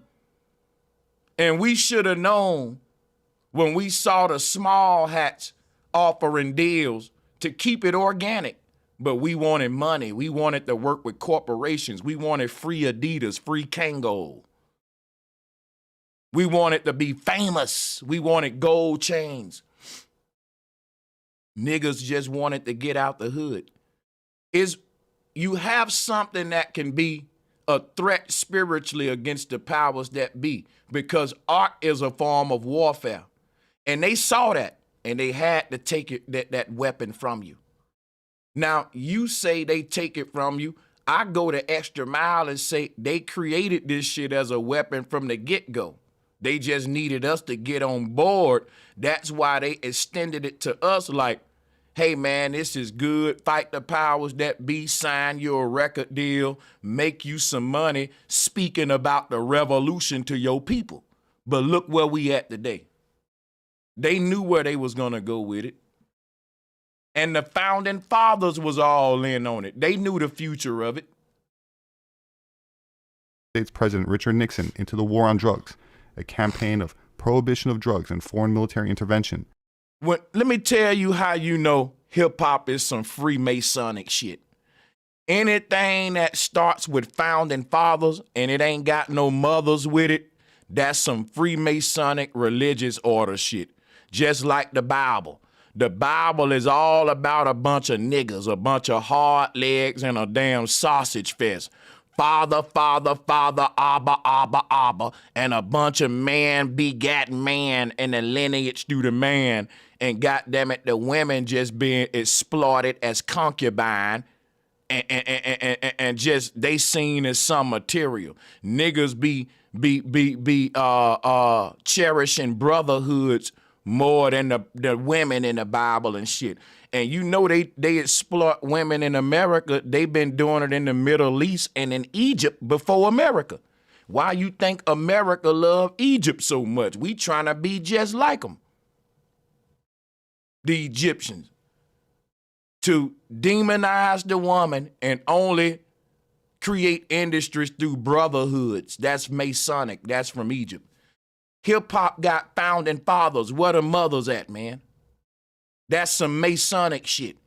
And it started in one fucking area of America where Prince Hall Freemason started. If that really come from our people, why the hell it only come from one portion of America? Things that come from our people is shit that we do together. Like, for example, right? Black people can run fast. We can play basketball good. And I don't give a fuck where you at in America. Black people can play basketball good from New York to the West Coast. Black people can goddamn dance good. And I don't give a damn where you at. That's true. So anything that belong to us, it belong to us. And can't no one group of us say, that's ours, we made it. Because no, it's ours, it's black people's. Hip-hop is the only thing where a little small brotherhood monopoly of founding fathers from the Bronx can say, we started it, we get to be the spokespeople for it, so every other black person shut up so it can be controlled. That's some CIA shit. That's what I'm telling y'all, man. It's deep, dog. Why you think you see your presidents with these rappers and shit? Snoop Dogg smoking weed in the White House and shit when a nigga right now getting locked up because the police found the fucking blunt in a car. Stupid. All right, let's go. With the stated aim being to define and reduce the illegal drug trade within America and around the world. Quote, the chaos we cause in America helped the government justify overseas wars of plunder to middle America. The country wouldn't be where it is today without hip-hop. Of course, hip-hop is not the only musical genre that has been infiltrated by the CIA, and certainly And not only is hip hop, the spokespeople of it are a bunch of Freemasonic founding fathers. They know they don't own the culture. They know that the real founding fathers are their overseers. Them niggas just puppets.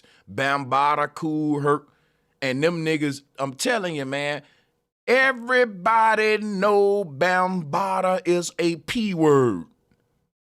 And niggas protecting them and fucking with them. I just told y'all that with Puff Daddy. That is big in New York. I ain't gonna just pick on New York niggas though.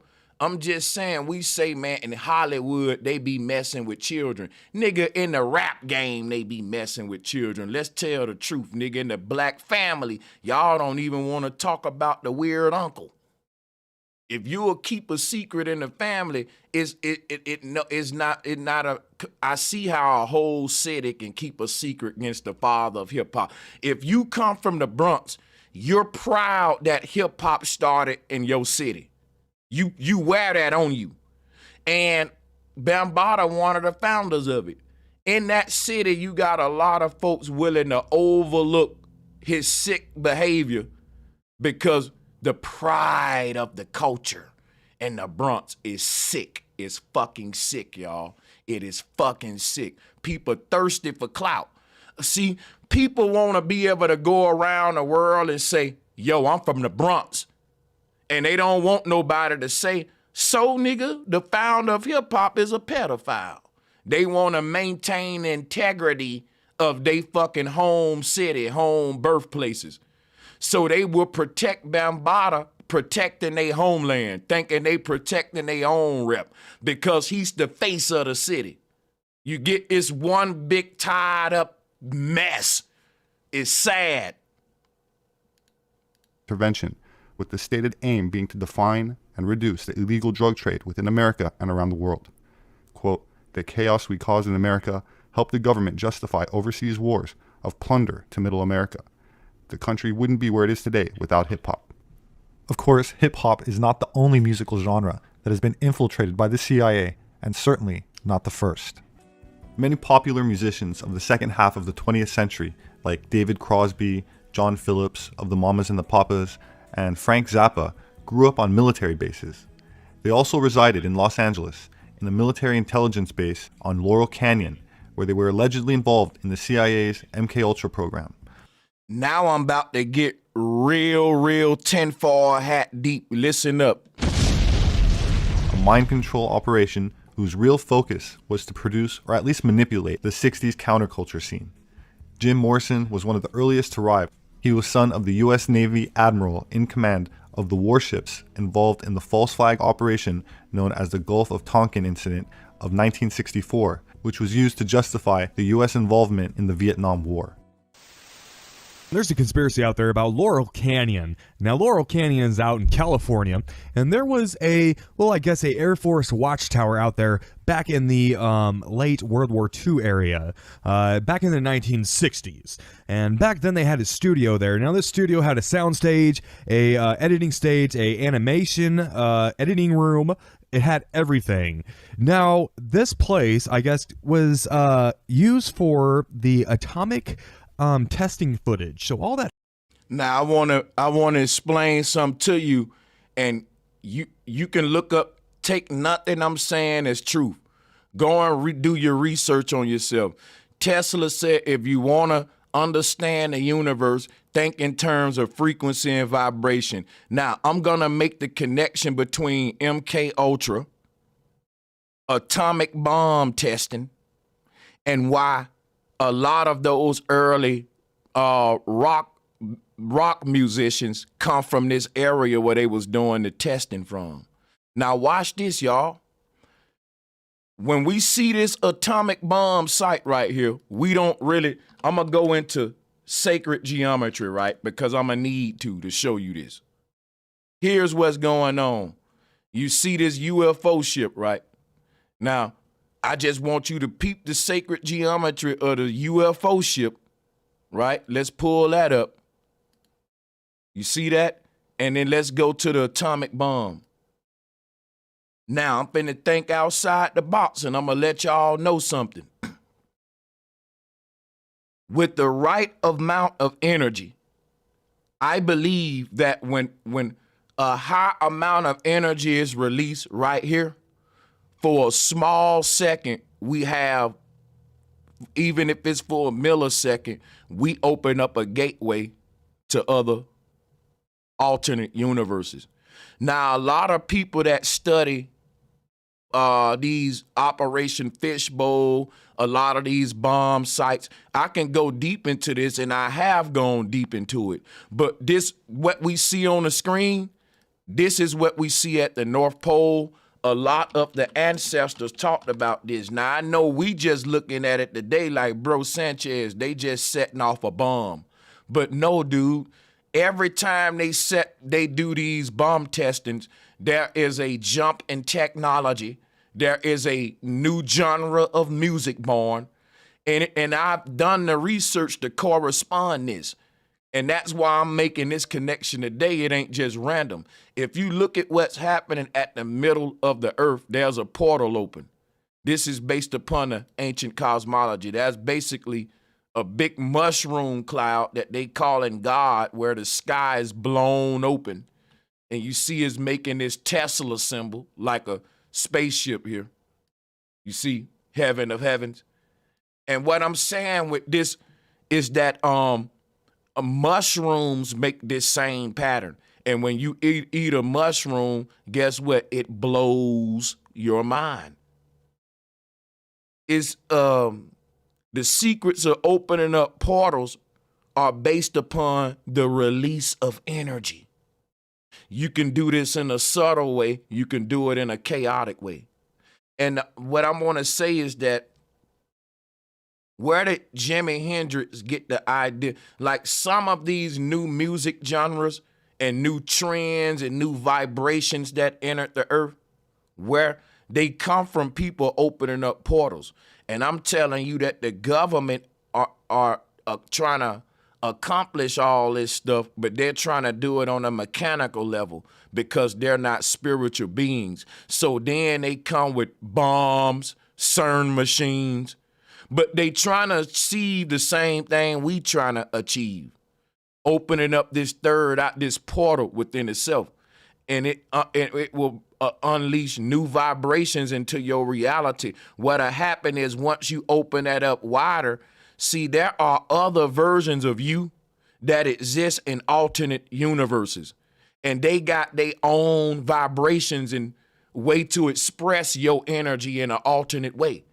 And what happens is, just like in Jet Leader 1, when you open up your crown chakra more, you're influenced by your alternative selves in this reality more. So the influence of other yous can all share this same space and time, and you'll have all these new gifts and things. You're exploring the self, finding things, treasures within the self, gifts you never thought you had.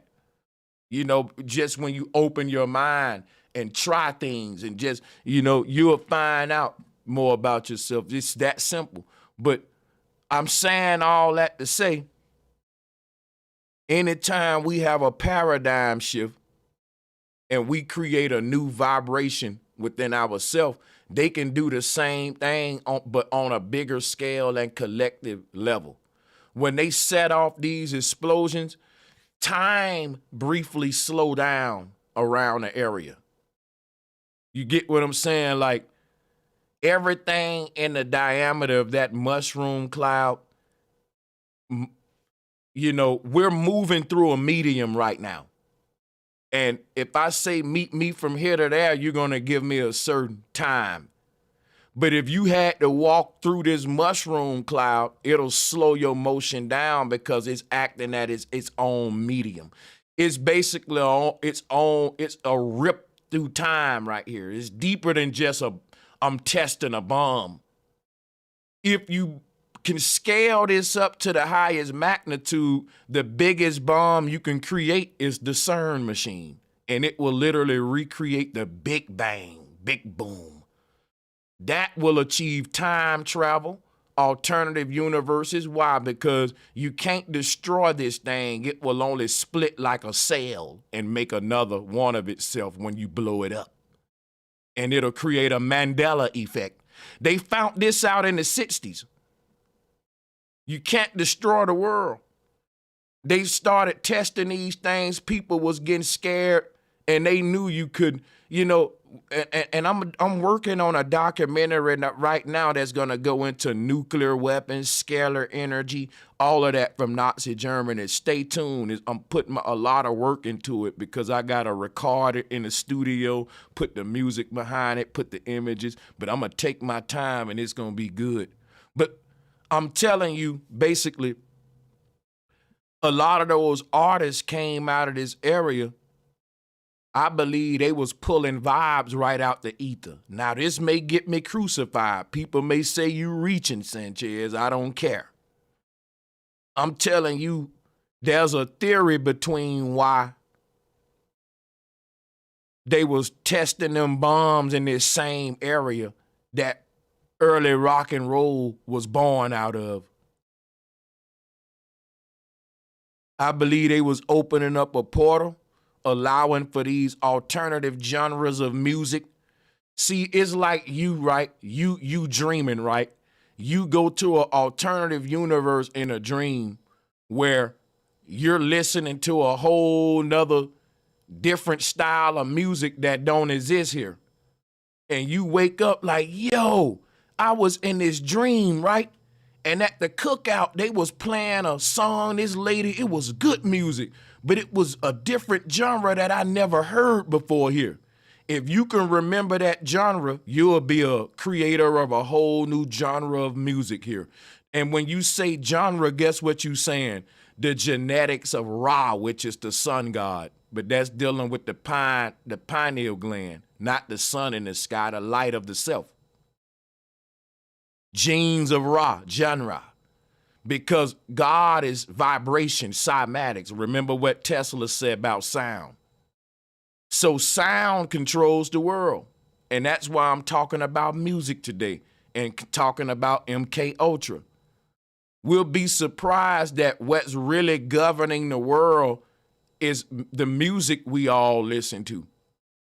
And the governments can just sit back and let their systems run on autopilot as young children go to hell and jail, prison, the pipeline.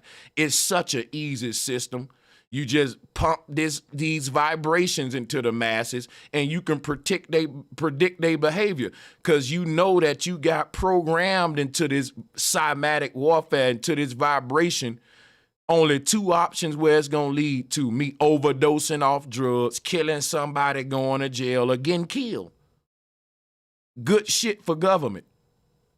It's so predictable, and then we can cash in off these systems of self-destruction and let them just keep perpetuating it.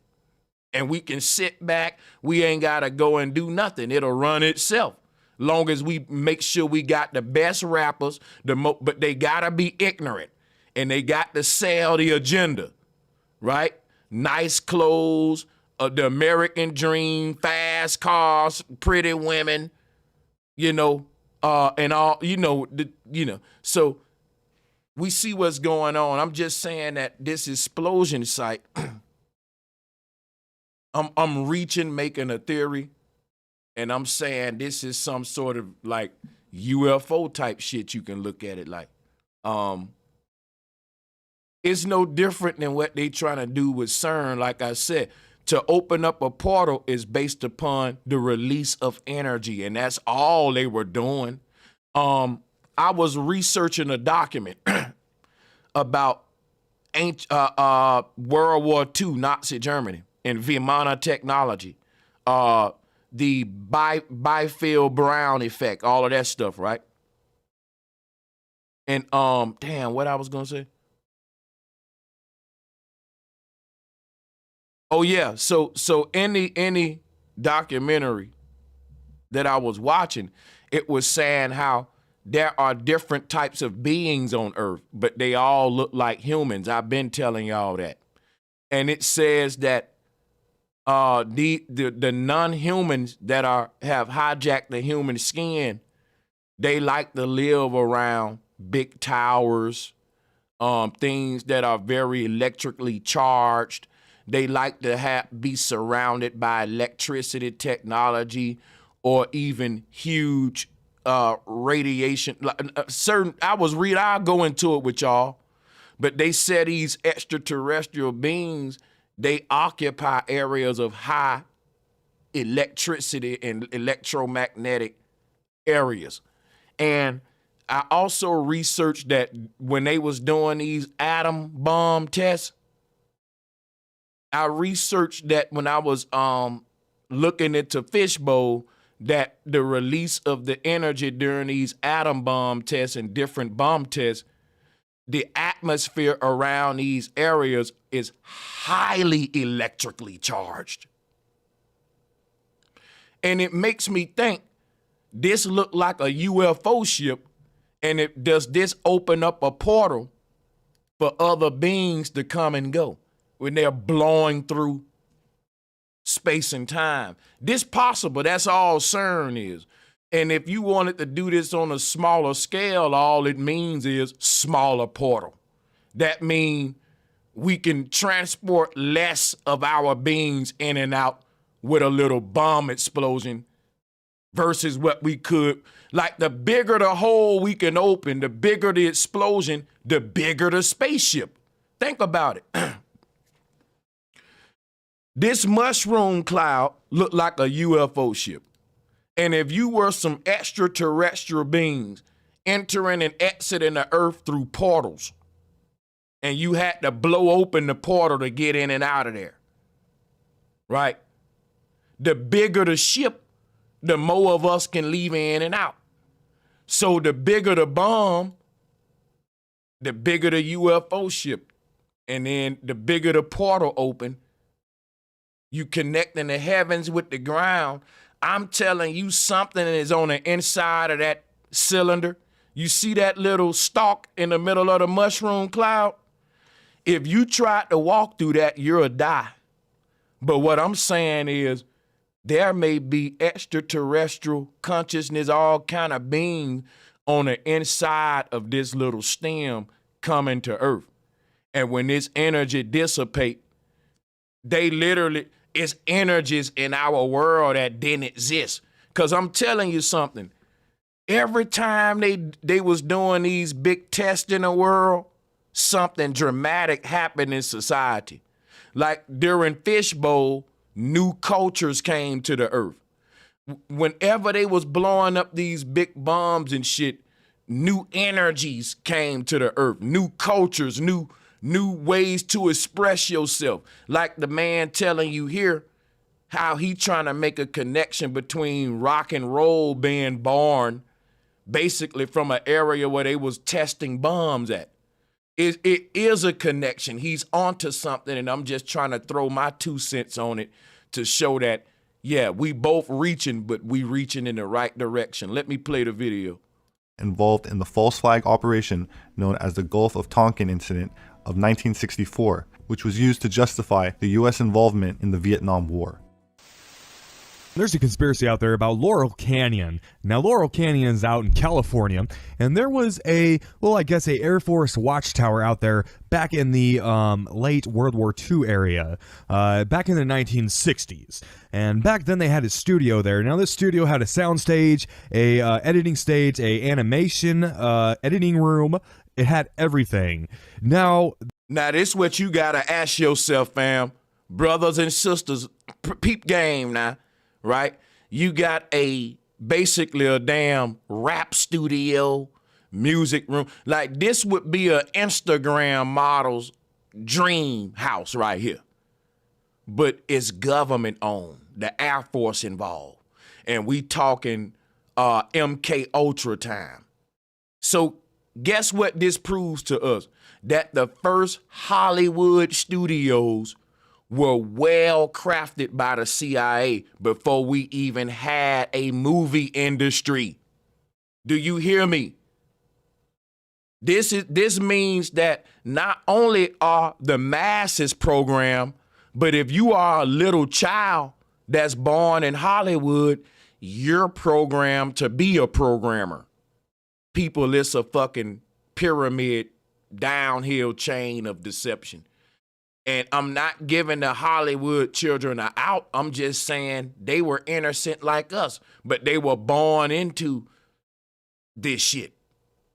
And when they grow up, you ain't gonna change their mind. They are what you raise a child a certain way, and damn it, they the ops now. Shit, hey, because they ain't gonna stray from how they was raised. You know, they part of that society, and they're gonna pride themselves in that and keep the secret. So if there was any reaching them, it'll have to be when they children, but a lot of these children born into the occult in Hollywood, they don't really let them play with regular children. They can only have friends that's other children that's in the occult too, because they don't want you catching feelings for the world outside that you're going to have to be indoctrinating later. All right? So let's go ahead and play this from the...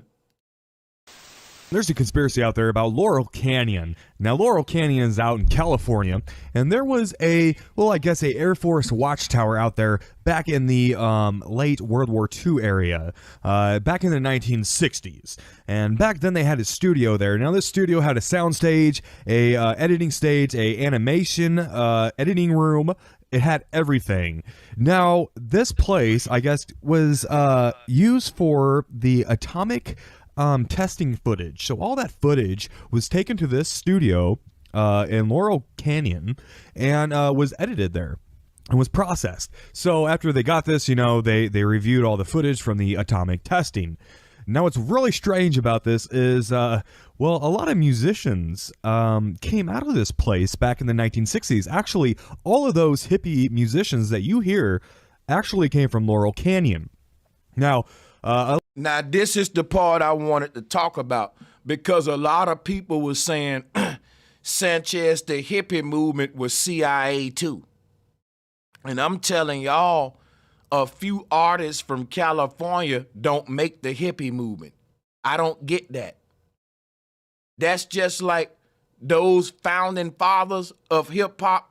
That ain't really what hip hop is. That's why myself, I still participate in hip hop, because what we're talking about is the music industry.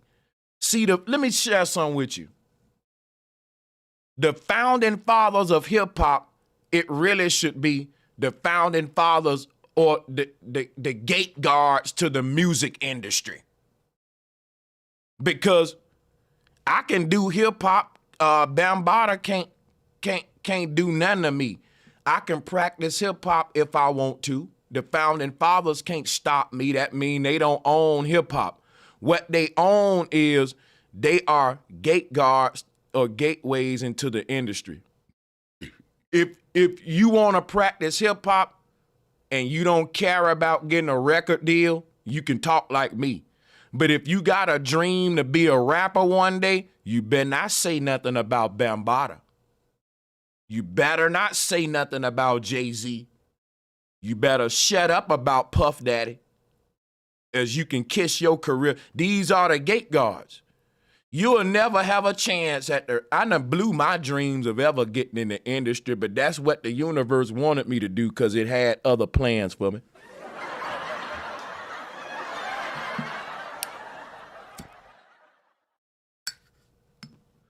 Yeah. It's gate guards in it, man. It don't matter how good you is. You said what about who? He ain't even got a shot at a career. Funkmaster Flex, well, he said, oh no, he ain't got it. He said, what about Birdman? He trying to get in the music game? Oh no. No.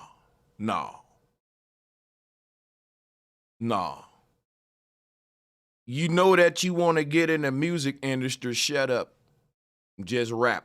Be quiet. Now check this out, right? These guys were music industry guys, implants, just like fucking NWA and all them. But the vibration is what they infiltrated. It was folks breakdancing and spitting rhymes.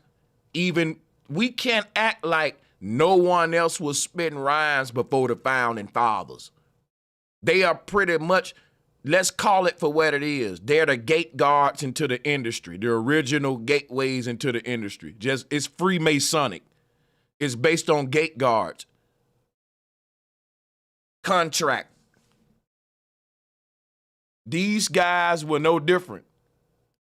And they don't represent the true hippies. See, the true shit is always grassroots and is not industrialized. The shit that's industrialized are gonna promote the corporate brands and the fucking propaganda and the agendas. But let's go. A lot of people say that these musicians had ties with the military and with the studio up in Laurel Canyon, which was an Air Force base. So as the Vietnam War was going on, this hippie movement out of Laurel Canyon started becoming very popular. And in fact, Jim Morrison's father, Stephen Morris, was a very highly naval officer.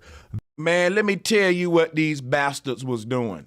These folks was saying us wake up and tap into other parts of ourselves. We was exploring ourselves. We was tapping into different vibes. Love vibes, positive vibes within the self.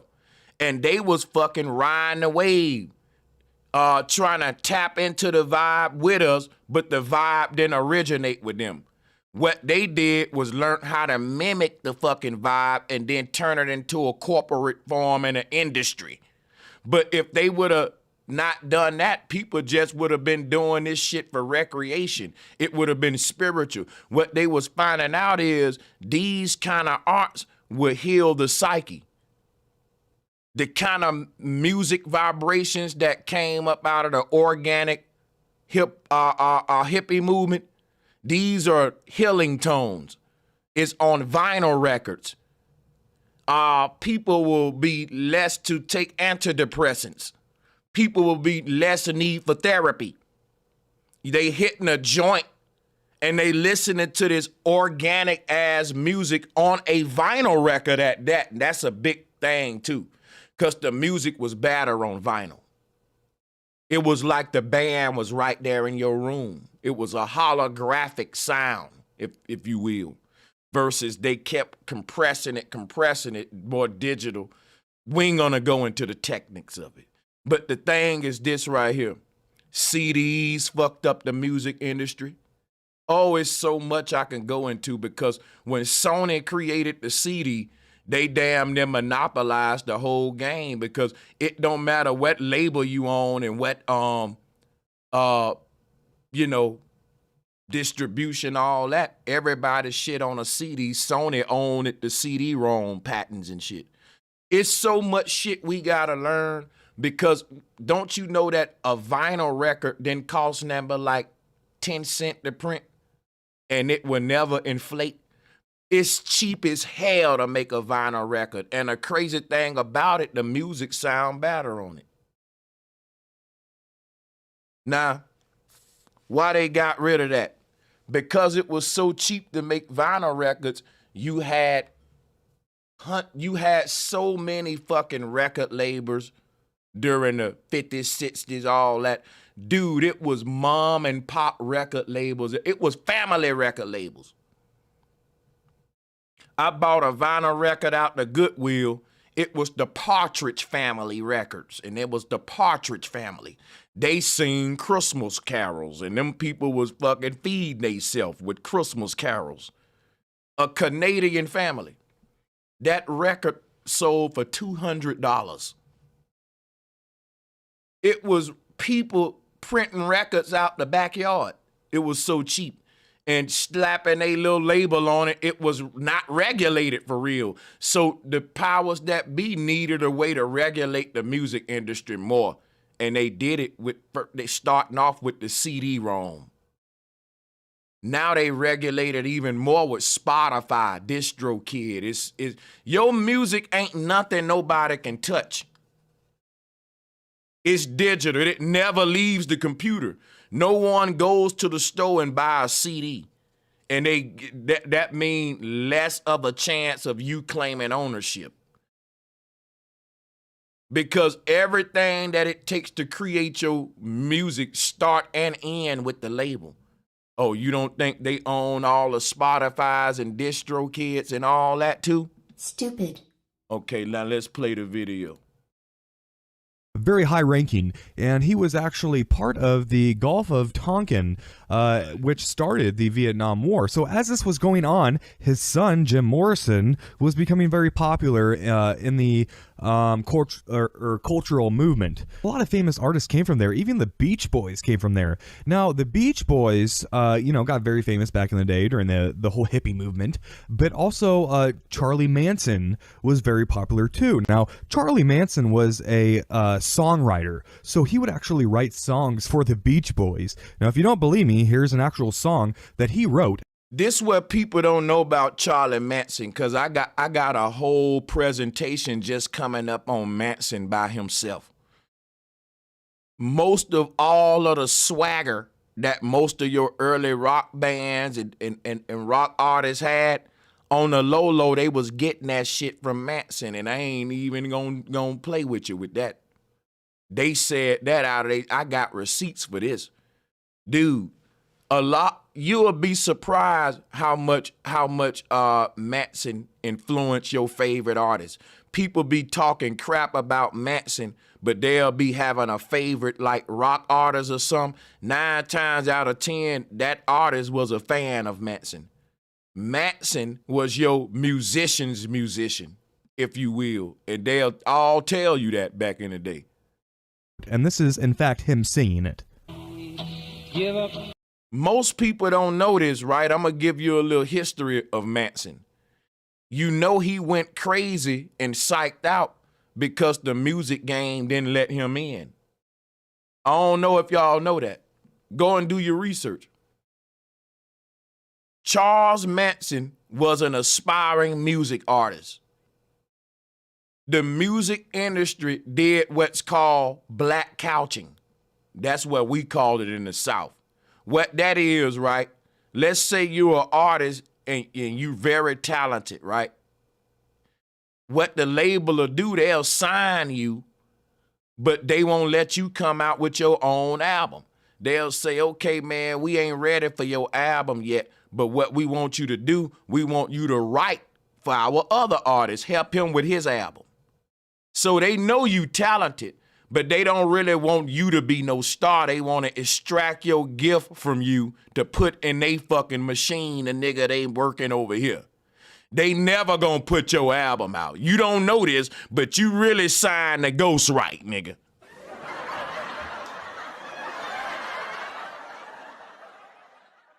This is how they did Manson. Because Manson was talented, but he's kind of weird.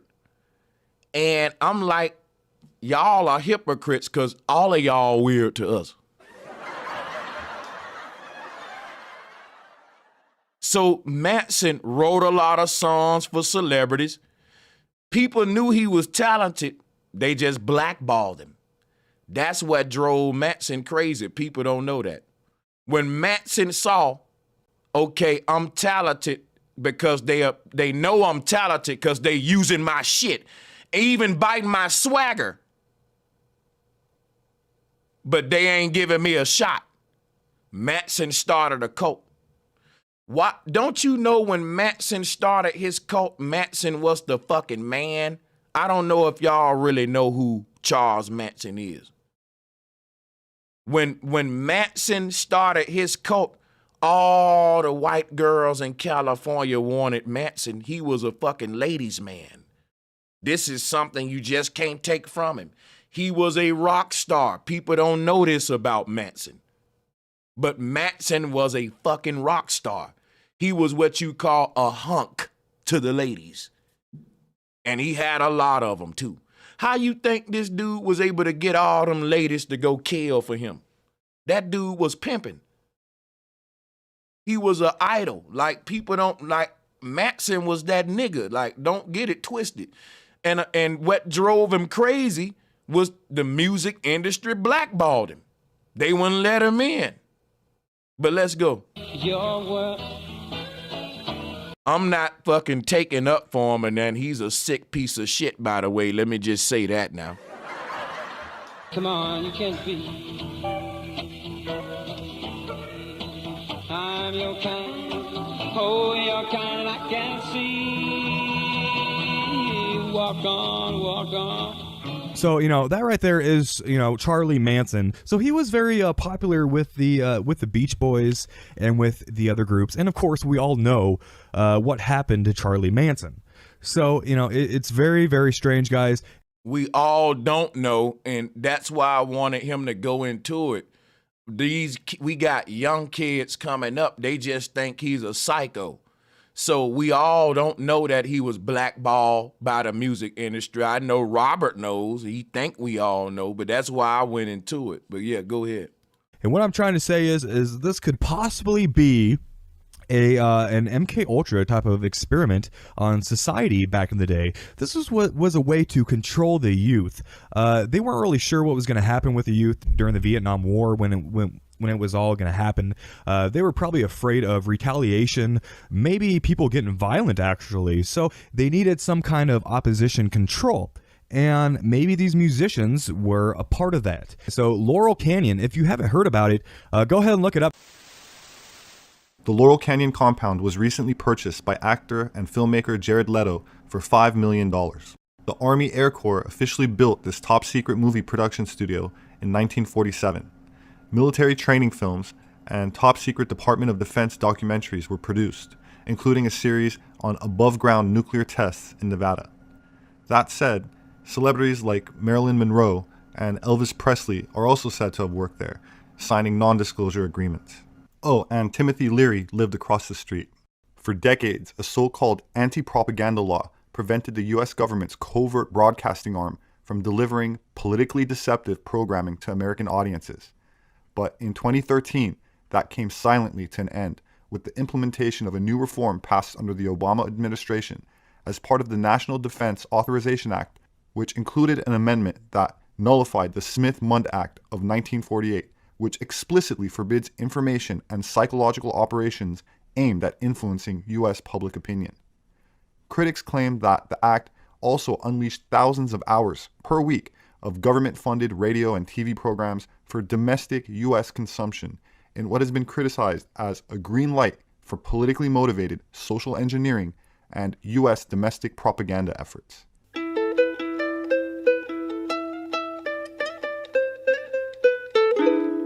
The U.S. government has been pulling the levers behind the scenes in Hollywood for decades, from funding the 1954 animated movie Animal Farm to more recently Transformers and Iron Man. The propaganda comes in many disguises, including patriotic musical lyrics, comic books, and even abstract expressionist art. Sometimes the spin is so subtle, audiences don't even notice the CIA or military intelligence are calling the shots. American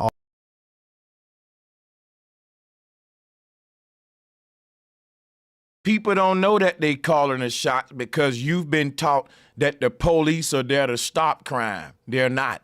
They just there to pick the bodies up after the fact and then prosecute each side. One go to hell, one go to jail. When have a police ever stopped crime? We've been taught a false reality. We've been taught that if the police stop crime, they'll be out of a job. That's like a doctor stopping illnesses. That's why nobody getting healed and ain't no violence getting stopped and ain't no justice. operatives aren't the only propaganda artists. So guys, we get it. And I'm going to actually go even deeper. I got some more stuff that I think you guys might be interested in.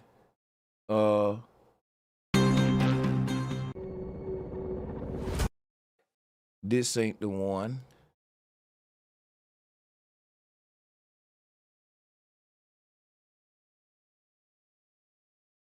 Yeah, man. So what do y'all think about that, ladies and gentlemen? Ex-CIA agent claims they funded hip-hop to corrupt the youth. Now, if you take that in consideration, right, with the secret interview, remember that secret interview Crazy Bone talked about hip-hop? Let me see if I can pull that up. I think, like, hey, drop a 1 if y'all want me to play that joint. Drop a 1, drop a 2 if it's like, no, Sanchez, you being too redundant. But if you want me to play that secret meeting with Crazy Bone, since we on this topic again, drop a 1. If not, we good, drop a 2. It is relevant, but we don't gotta be redundant if all of y'all good on it. But it's whatever y'all want, baby. That's how we do it over here. Okay, look like we got ones. That's fine with me. I love it. I love it. I love it. You got new people coming all the time, so let's listen to this so we can get them educated. Peace and love, good vibes. Let's check this out, y'all.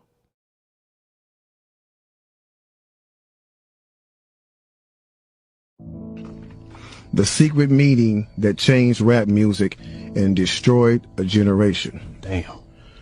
So it says, hello.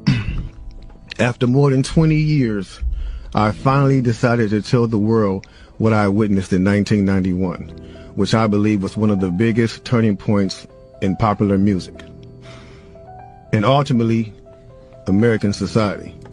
I have struggled for a long time weighing the pros and cons of making my story public, as I was reluctant to implicate the individuals who were present that day. So I've simply decided to leave out the names and all the details that may risk my personal well-being and that of those who were, like me, dragged into something they weren't ready for. Damn. Hold on, let me So we gonna tell a story. We gonna tell the story. We ain't scared. You know what I'm saying? What they gonna do? They after us, not just playing. Look, that black man. So look, so he says, between the late 80s and early 90s, I was what you may call a decision maker with one of the more established companies in the music industry. I came to Europe in the early 80s and quickly established myself in the business. The industry was different back then, since technology and media weren't accessible to people like that, like they are today. The industry had more control over the public and had the means to influence them any way it wanted. Right. This may explain why in early 1991, I was invited to attend a closed-door meeting with a small group of business insiders to discuss rap music's new direction. Rap music's new direction. Yeah. Little did I know we would be asked to participate in one of the most unethical and destructive business practices ever seen. Crazy. So this was the meeting. The meeting was held at a private residence on the outskirts of Los Angeles. I remember about 25 to 30 people were being there. Right. Most of them familiar faces. Speaking of those I knew, we joked about the theme of the meeting, as many of us did not care for rap and failed to see the purpose of being invited to a private meeting to discuss the future of hip-hop. Talk to him. Among the attendees was a small group of unfamiliar faces who stayed to themselves and made no attempt to socialize beyond their circle. Based on their behavior and formal appearances, they didn't seem to be from our industry. Our casual chatter was interrupted when we were asked to sign the confidentiality agreement, preventing us from publicly discussing the information presented during the meeting. Needless to say, this intrigued, in some cases, disturbed many of us. The agreement was only a page long, but very clear on matters and consequences, which stated that violating the terms would result in job termination immediately. We asked several people what this meeting was about and the reason for such secrecy, but could not find anyone who had the answers for us. A few people refused to sign and walked out. Nobody stopped them. I was tempted to follow, but curiosity got the best of me. That's right. A man who was part of the unfamiliar group collected all the agreements from us. So now it's going to get to the good part because the meeting about to start. Talk to him, G. It says, quickly after the meeting began, hold on one second. Get your popcorn, y'all. Popcorn, get your pistol, no sweat. For real though. Quickly after this meeting began, one of the industry colleagues, who shall remain nameless like everybody else, thanked us for attending. Hey, yo, hold up. I gotta take that back one time. He said, yo, get your popcorn, yo. And Crazy Bone like, what the fuck, nigga, get your pistol, nigga. Like, what the fuck, that get your popcorn. Can everybody put the popcorn logo in the shit? Niggas think everything is a popcorn moment.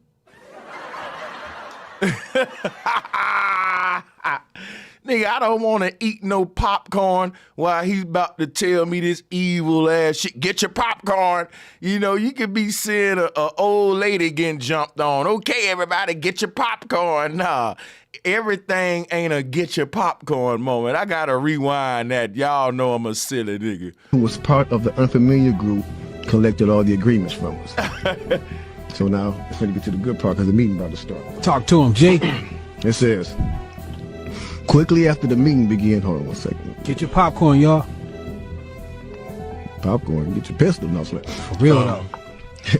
Quickly after this meeting began, one of the industry colleagues, who shall remain nameless like everybody else, thanked us for attending. He then gave the floor to a man who only introduced himself by first name and gave no other details about his personal background. I think he was the owner of the residence, but that was never confirmed. He briefly praised all of us for the success we had achieved in our industries and congratulated us for being selected as part of this small group of decision makers. At this point, I began to feel slightly uncomfortable in the strangeness of this gathering. The subject quickly changed as the speaker went on to tell us that the respective companies we represented had invested in a very profitable industry which could become even more rewarding with our active involvement. Damn. He explained that the companies we worked for had invested millions into the building of privately owned prisons, and that our positions of influence in the music industry would actually impact the profitability of these investments. Then he says, I remember many of us in the group immediately looking at each other in awe and confusion. At the same time, I didn't know what a private prison was, but I wasn't the only one. Sure enough, someone asked what these prisons were and what any of this had to do with music. We were told that these prisons were built by privately owned companies who received funding from the government based on the number of inmates. The more inmates, the more the government would pay these prisons. It was also made clear to us that since these prisons are privately owned, as they become publicly traded, we'd be able to buy shares. Most of us were taken back by this. Again, a couple of people asked what this had to do with us. At this point, my industry colleague who had first opened the meeting took the floor again and answered our Bro, I gotta pause. I gotta comment. Drop a one if you don't mind me commenting on it. I'm gonna take it back. I gotta comment on it. Every time I listen to this, I hear something new. It give me some, because guess what? We was just debating if hip hop is to blame for violence. And here it is. They had a secret meeting in the industry where they know that they can use hip hop to protect the interests of private prisons. Come on, folks. That's a oh my God. Okay. This is one of them. Oh my God. That's one of them moments there. Because it's like, I was just debating with folks and I didn't even think of this during the freaking debates. Because Negroes was like, we can't blame the music. Dude, this secret meeting proves that the people who run all this shit know that it's the music that's doing the corruption. Man, let's take this back, bro. God, bro, I ain't think of this then, man. The subject quickly changed as the speaker went on to tell us that the respective companies we represented had invested in a very profitable industry which could become even more rewarding with our active involvement. Damn. He explained that the companies we worked for had invested millions into the building of privately owned prisons, and that our positions of influence in the music industry would actually impact the profitability of these investments. Then he says, I remember many of us in the group immediately looking at each other in awe and confusion. At the same time, I didn't know what a private prison was, but I wasn't the only one. Sure enough, someone asked what these prisons were and what any of this had to do with music. We were told that these prisons were built by privately owned companies who receive funding from the government based on the number of inmates. The more inmates, the more the government would pay these prisons. It was also made clear to us that since these prisons are privately owned, as they become publicly traded, we'd be able to buy shares. Most of us were taken back by this. Again, a couple of people asked what this had to do with us. At this point, my industry colleague who had first opened the meeting took the floor again and answered our questions. He told us that since our employees had become silent investors in this prison business, it was now in their interest to make sure that these prisons remain filled. Our job would be to help make this happen by making music which promote criminal behavior, rap being the music of choice. He assured us that this would be a great situation for us because rap music was becoming an increasingly profitable market. Now watch this, right? Now this is how you know it's a bunch of folks that don't want to speak out on the real shit and kick the can and the type people to sweep dirt under the rug and shit. So check this out. Yeah, spray cologne over funk and don't bathe, shit like that. Because check it out. I like rap music too. But nigga, you got to deny a whole meeting and just say we some conspiracy theorists and tell a dude who's in the industry he don't know what he talking about. And this is Crazy Bone.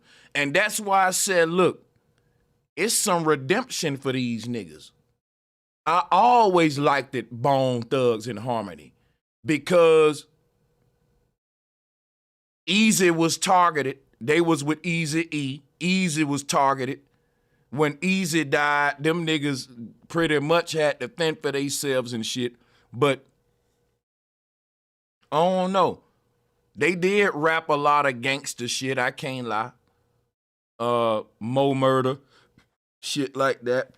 But for some reason, I just get good vibes from Bone. You know, I'm just saying, like, this nigga Crazy Bone, you could say he was in the inner industry and all that, but he's proof that you can, after the fact, stick your middle finger up like, thank you for all that money and that experience, nigga, but my contract is up and now I'm talking, bitch.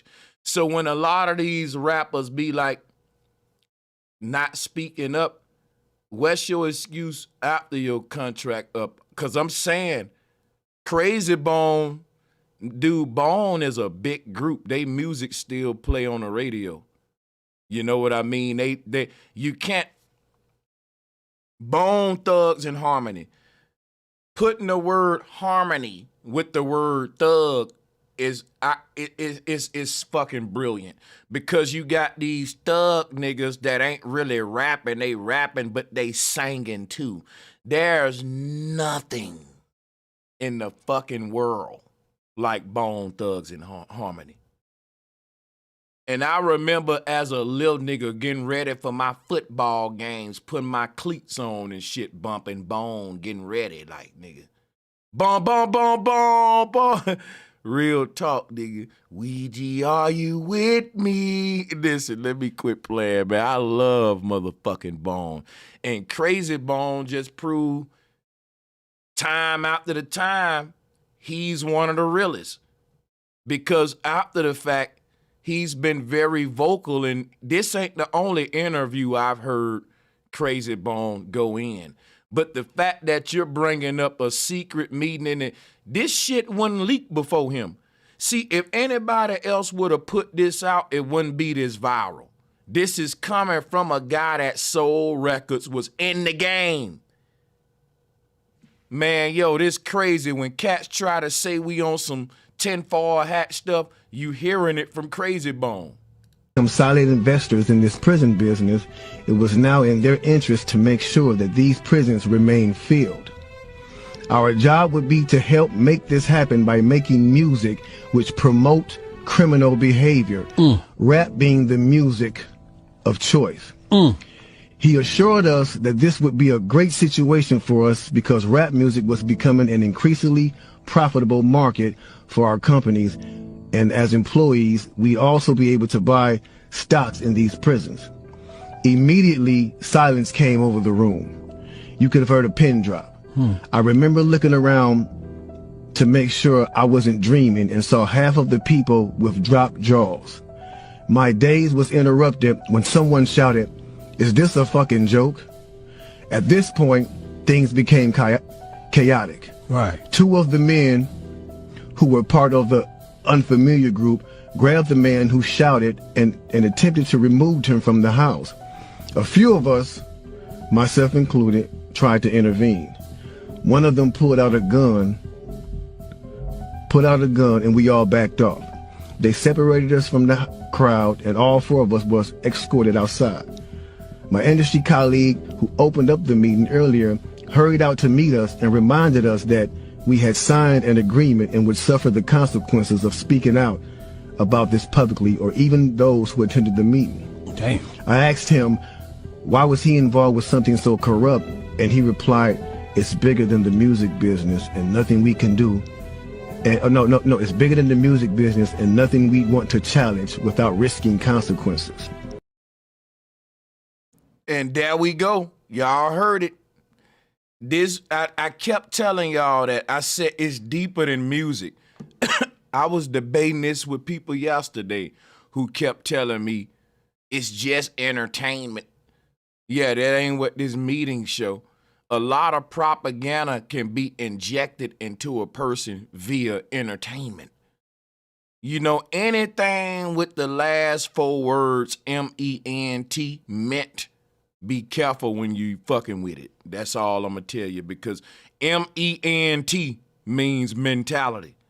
See, through entertainment, lifestyles, ideologies, personas can enter your mentality, your normal day-to-day mode of operations. You'll find yourself not even being you. You'll find yourself being the people that entertain you. That's the power of TV. And we can't keep denying that either if we care about these children, though. But let's let Crazy Bone finish. Signed an agreement and would suffer the consequences of speaking out about this publicly, or even those who attended the meeting. Damn. I asked him, why was he involved with something so corrupt? And he replied, it's bigger than the music business and nothing we can do. No, it's bigger than the music business and nothing we want to challenge without risking consequences.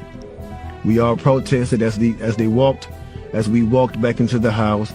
I remember word for word the last thing he said. It's out of my hands now. Just remember you signed an agreement.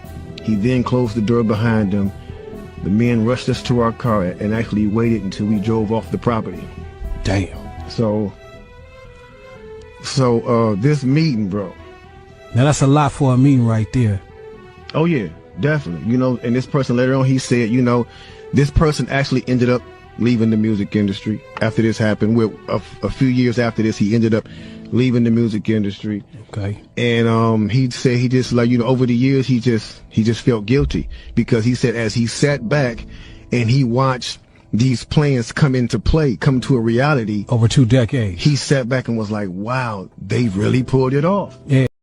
Shout out to the dudes that put this interview off with Crazy Bone. This guy here to, you know, get your popcorn. We fuck with you, get your popcorn. Real talk, man. You did some good shit, though. Yeah, Get Your Popcorn brought us a real jewel to the community, man. Real talk. You could just play this to a group of teenagers and have a conversation with it. I'm telling you something, right? When you just got a bunch of youth around, play this interview and just talk to them. How do you feel about what the rapper Crazy Bone's saying here, young man, and about what they doing with music in your time and all of that, and what's your favorite rapper? See, if I was doing street interviews, I would interview some teenagers with this. I would get them all in a room, get them some pizza. You know what, y'all? I'll go fund some shit like that if one of y'all wanted to do that shit in y'all thing and send me the footage. Because I'm telling you, we know better. I want to see a bunch of teenagers in a room, 20, 30 of them maybe, eating, chilling out, whatever, get them what they need, nigga, and just be chilling. And then just play this shit, pass the mic around, ask each teenager about they favorite rapper and what they feel about what Crazy Bone just said. That'll be dope. Let's finish it though. Yeah. They really pulled this off. He was like, they were told not to sign any more political rappers, any more rappers that had messages in their music. No positivity. It was all to be gangster rap music that they promoted and put out. So if you wonder where Brand Nubians went, where Poor Righteous Teachers went, where Public Enemy went, where KRS-One went, and all sorts of groups like that was talking, even Queen Latifah and Moni Love and those, you know everybody. What I'm saying? It's a back door. Yeah. Noriega told you about it, the two doors. And the crazy thing is, that's what happened to all of those righteous artists.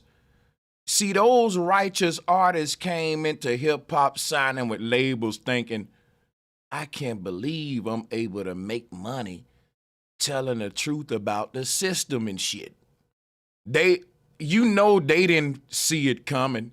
Like a lot of these artists are just niggas from the hood trying to get on, and they are saying, look, I can rap about dope dealing and corruption, or I can rap about some positive shit.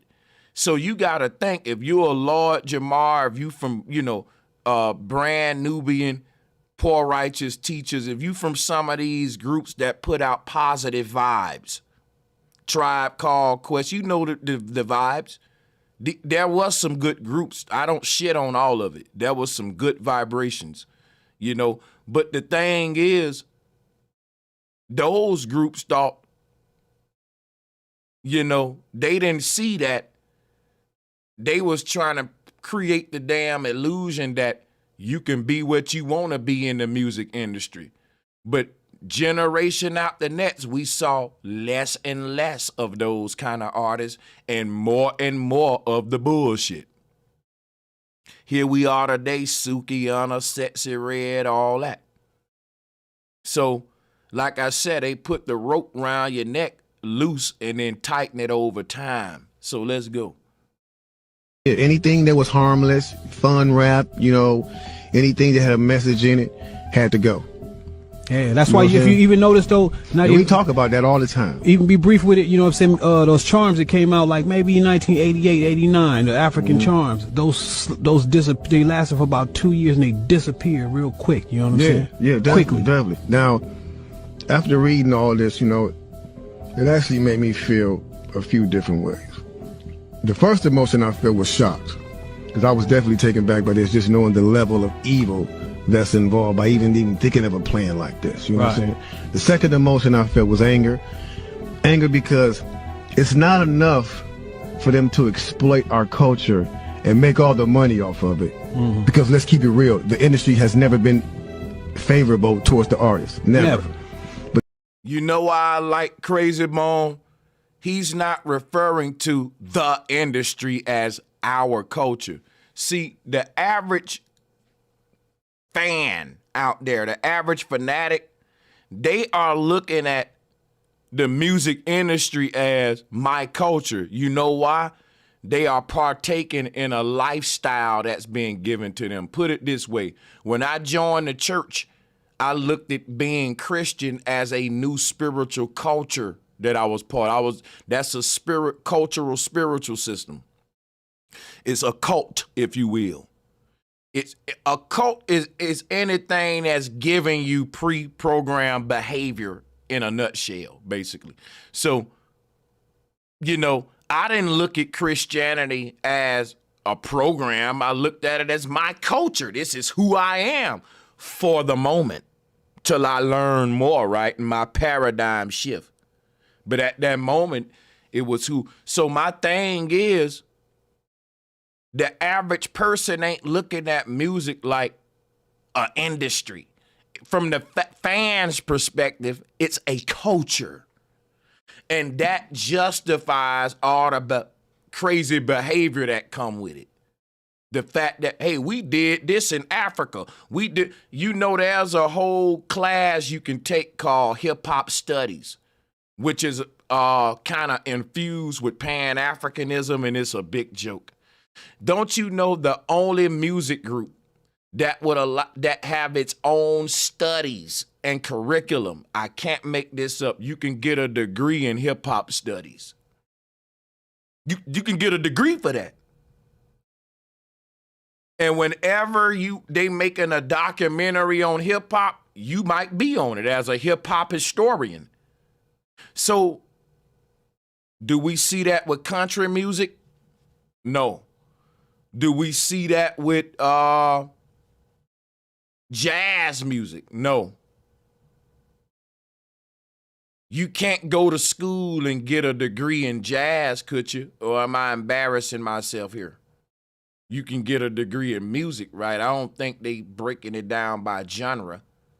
But it's literally a specific course of hip hop studies. I don't know if it's the only music genre that got that, but I never heard of no other one with it. But yeah, it's a fucking cult for real. Like, I can go deep into it. But this, let's finish this out. It's only 3 minutes left. This is gold. Off of it. Because let's keep it real, the industry has never been favorable towards the artist. Never. But they're going to go beyond the artist to get the artist to influence and lure in the consumer, which they knew at the time were mainly minorities. Yep. In other words, keep promoting gangster rap so that the youngsters will be influenced by them, which in turn will incite them to want to act like them, and it's a very good chance they'll end up in their prison. Yeah. So they're getting paid twice. They're getting paid from the artists they signing, and then they're getting paid from the people that these artists influence. They getting paid from the cause and the effect. I want to just piggyback with Crazy Bone because I see what Crazy Bone trying to explain, and I hear his passion and frustration trying to explain it. And me personally, that's enough to let me know Crazy Bone is a real nigga, man. He care, bro. He cares. Cause I know when I hear it and I can vouch for it. Now check this out, right? What he's saying is they getting paid off the motherfucking cause and the effect. Think about this, right? A dope dealer sells dope to a junkie. He get paid off the cause, but the hospital get paid off the effect, because if they hit the dope and OD and got to go to the hospital, the dope dealer only can get paid once. He get the cause, right? What if you can get paid off the cause and the effect? Meaning they hit my dope, they go to the hospital, and I make more money. And if they die, I make more money. And if they get locked up because he's in it, I make more money, and I gave it to them too. I win.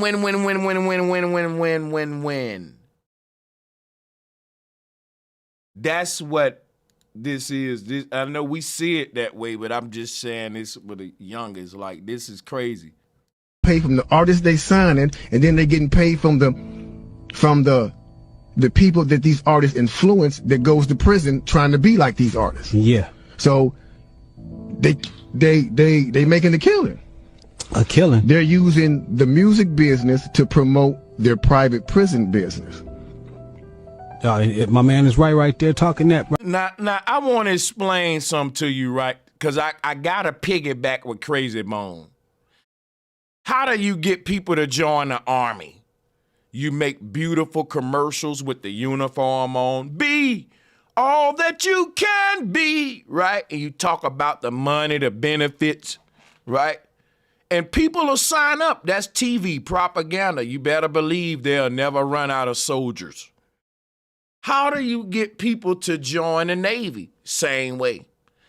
How do you get people to join the music industry? Same way. You tell them you can make a lot of money overnight.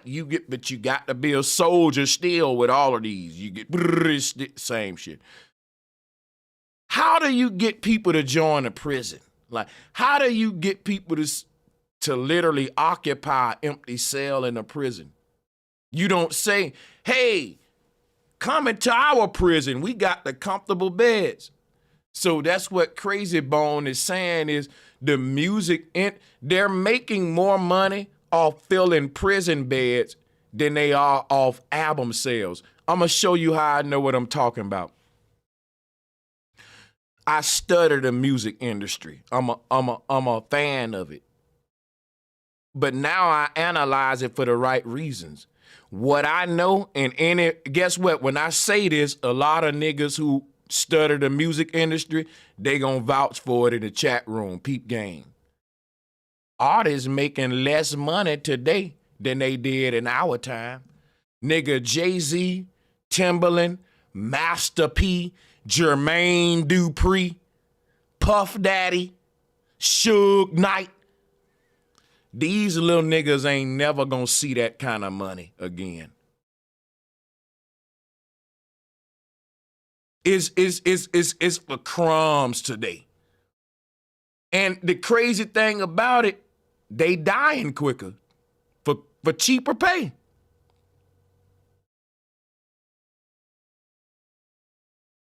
You know, the point that I want to make is ain't nobody making money off albums today. This is a fact. When I came up, nigga, the Blueprint sold millions. These young rappers today are fucking struggling trying to sell 100,000 records. In my time, niggas was selling millions of records every time they dropped. Niggas went platinum so much, you didn't even care about it no more. Okay, I know that the Hot Boy is gonna go platinum again, or at least gold. Everything Master P touched was gold. His wackest artists went at least gold. The best young artists of today's time doing drill music barely go gold. They barely going gold. The sales are horrible today. So the question is, why do we see these young artists with tattoos all in their face, overdosing on drugs and shit?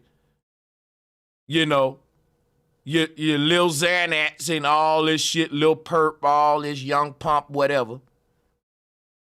They ain't selling a lot of records, but the record label keep putting money behind them. Like, you lucky I can't think of her name. Carla Ray, one of them. Or is it Young Bia? One of them chicks keep flopping, but whoever investing in them, they got a long pockets. Because she ain't selling.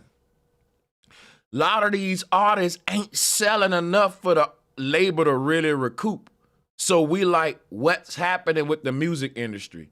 What's happening with the music industry is what's happening with the government.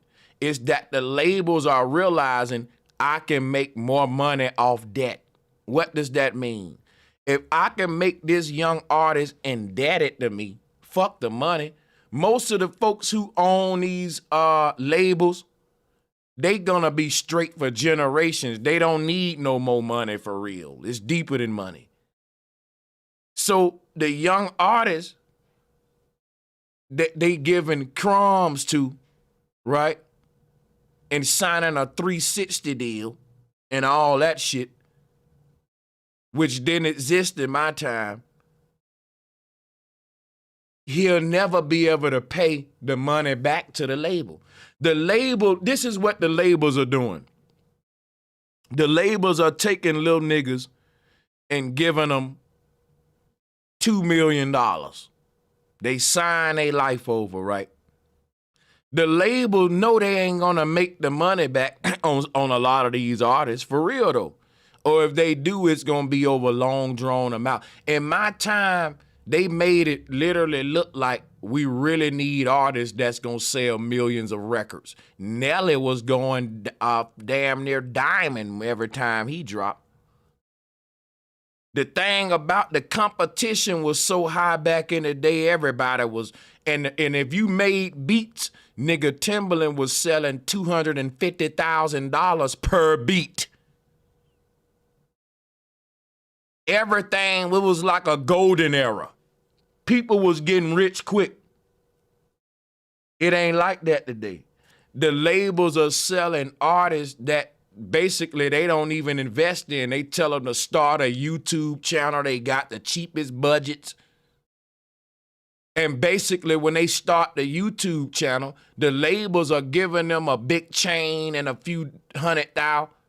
And they basically tell them, look, you got to make your shit pop off, man. You got to make our money. Why you ain't doing nothing to blow yourself up? See, back in the day, the artist would do a little work to show he's talented, then the label will do the rest of the work and blow them up. Today, the labels are saying, you need to blow yourself up. It's a different game today where it's like, a label only coming to you after they see you got a big social media following already. Now, if you're an upcoming young drill rapper trying to make a following on social media to get a deal, guess what? Unfortunately, you got to diss somebody. We did it in our time. 50 Cent did it. A lot of people did it. It was consequences for it. The youth today trying to get on in the rap game, they literally got to throw themselves out there in the lion's den. They literally got to be willing. Let's say there's another young rapper who's part of a dangerous gang set. You trying to come up. Like when I was coming up, Master P was running shit. Then Pastor Troy from Atlanta. You know how Pastor Troy got in the game? The same way 50 Cent got in the game up north. He dissed the niggas who was hot. Yeah, Pastor Troy came out saying, fuck No Limit. Fuck Master P, nigga. People was like, what? Fuck Master P? Ooh. That gave him a buzz. Same thing with 50 Cent. So it's like, That's what I'm saying about this shit. The young rappers today got to be dissing each other dead, homie. You got young rappers trying to get in the game. They ain't even raised in a game, but they'll claim it. They'll false claim because they know it'll help their career. They'll be on videos with guns and shit, dissing other niggas, dead homies. Some of them niggas not even gang affiliated. It sounds good over the beat. And a little nigga not thinking, what if this song blow up and go viral? Well, if it blow up and go viral, you just need to be ready for the smoke. And that's when the label come in and say, listen, we'll sign you. We'll put millions in your pocket, $1 million or $2 million. Guess what the young nigga do? Now he got goons around him. The same, he see, if I keep talking this gangster shit, I can get money. And if somebody try to do something to me, I can use my money to protect myself. So whether I'm living the shit or not, talking it gonna bring me wealth. And that's what the music industry is today. It's because, and they love it that way. Why? Because the way the game is today is, instead of having one artist like a Jay-Z, you know, or fucking Nas, that's dominating your damn record label for 10 years with these big ass drawn out projects. The record label said, look, if we just had a whole bunch of one-hit wonders, we can make more money. They reinvented the music industry. They found out they was robbing themselves. Because what you got is a bunch of damn superstars and super producers. And these are individuals that dominate the industry for decades. And that's the thing about the music industry is very trendy. It's hard for these old artists to recreate themselves over and over. So what the music industry said is, there's a fountain of youth out there. We will run through young youth energy like disposable cameras for our record label strategy. And when we sign one little nigga and get him to crash out on the demon time, because he crashed out on the demon time, his last art project gonna sell because it's associated with his prison or his death even. And that's what we want. We want him to reach a climax of success, then get the fuck out the way. We can take it from there. Because right then, we can keep you doing shows as a hologram. We still got 3-4 albums saved up as the label. When you locked up or dead, we gonna put out that's gonna sell more than anything you would have ever sold alive. Perfect strategy. You reach the climax, the height of your career, you get Rico locked up. And remember, they all work together, the prisons and the labels. You hear what Crazy Bone's saying. Boy, they rich as hell. And look at what's happening to us. It's fucking sad. Right. 1988, a man named Tom Beasley, man. That's the co-founder of the corrections for Corporation of America. That's the CCA. You know what I'm saying? Excuse my French. I'm reading this thing right there real quick. It's the CCA. So in 1988, he founded that, and this is in straight concert with the same thing. So it's like the music business. You do what you do on your side. And over here with the correction facilities, we're going to do on this side, because, and now in 1970, there was 500 prisons. You know what I'm saying? Only 500 prisons in the United States. To this day, this. So later on, he said, you know, this person actually ended up leaving the music industry after this happened. A few years after this, he ended up leaving the music industry. Okay. And he said he just, like, you know, over the years, he just felt guilty, because he said as he sat back and he watched these plans come to a reality over 2 decades, he sat back and was like, wow, they really pulled it off. Yeah. They really pulled this off. He was like, they were told not to sign any more political rappers, any more rappers that had messages in their music. No positivity. It was all to be gangster rap music that they promoted and put out. So if you wonder where Brand Nubians went, where Poor Righteous Teachers went, where Public Enemy went, where KRS-One went, and all sorts of groups like that was talking, even Queen Latifah and Moni Love and those, you know what I'm saying? It's a back door. Yeah, anything that was harmless, fun rap, you know, anything that had a message in it had to go. Yeah, that's why if you even notice though, we talk about that all the time. Even be brief with it, you know what I'm saying? Those charms that came out like maybe in 1988, 89, the African charms, they lasted for about 2 years and they disappeared real quick. You know what I'm saying? Yeah, definitely. Now, after reading all this, you know, it actually made me feel a few different ways.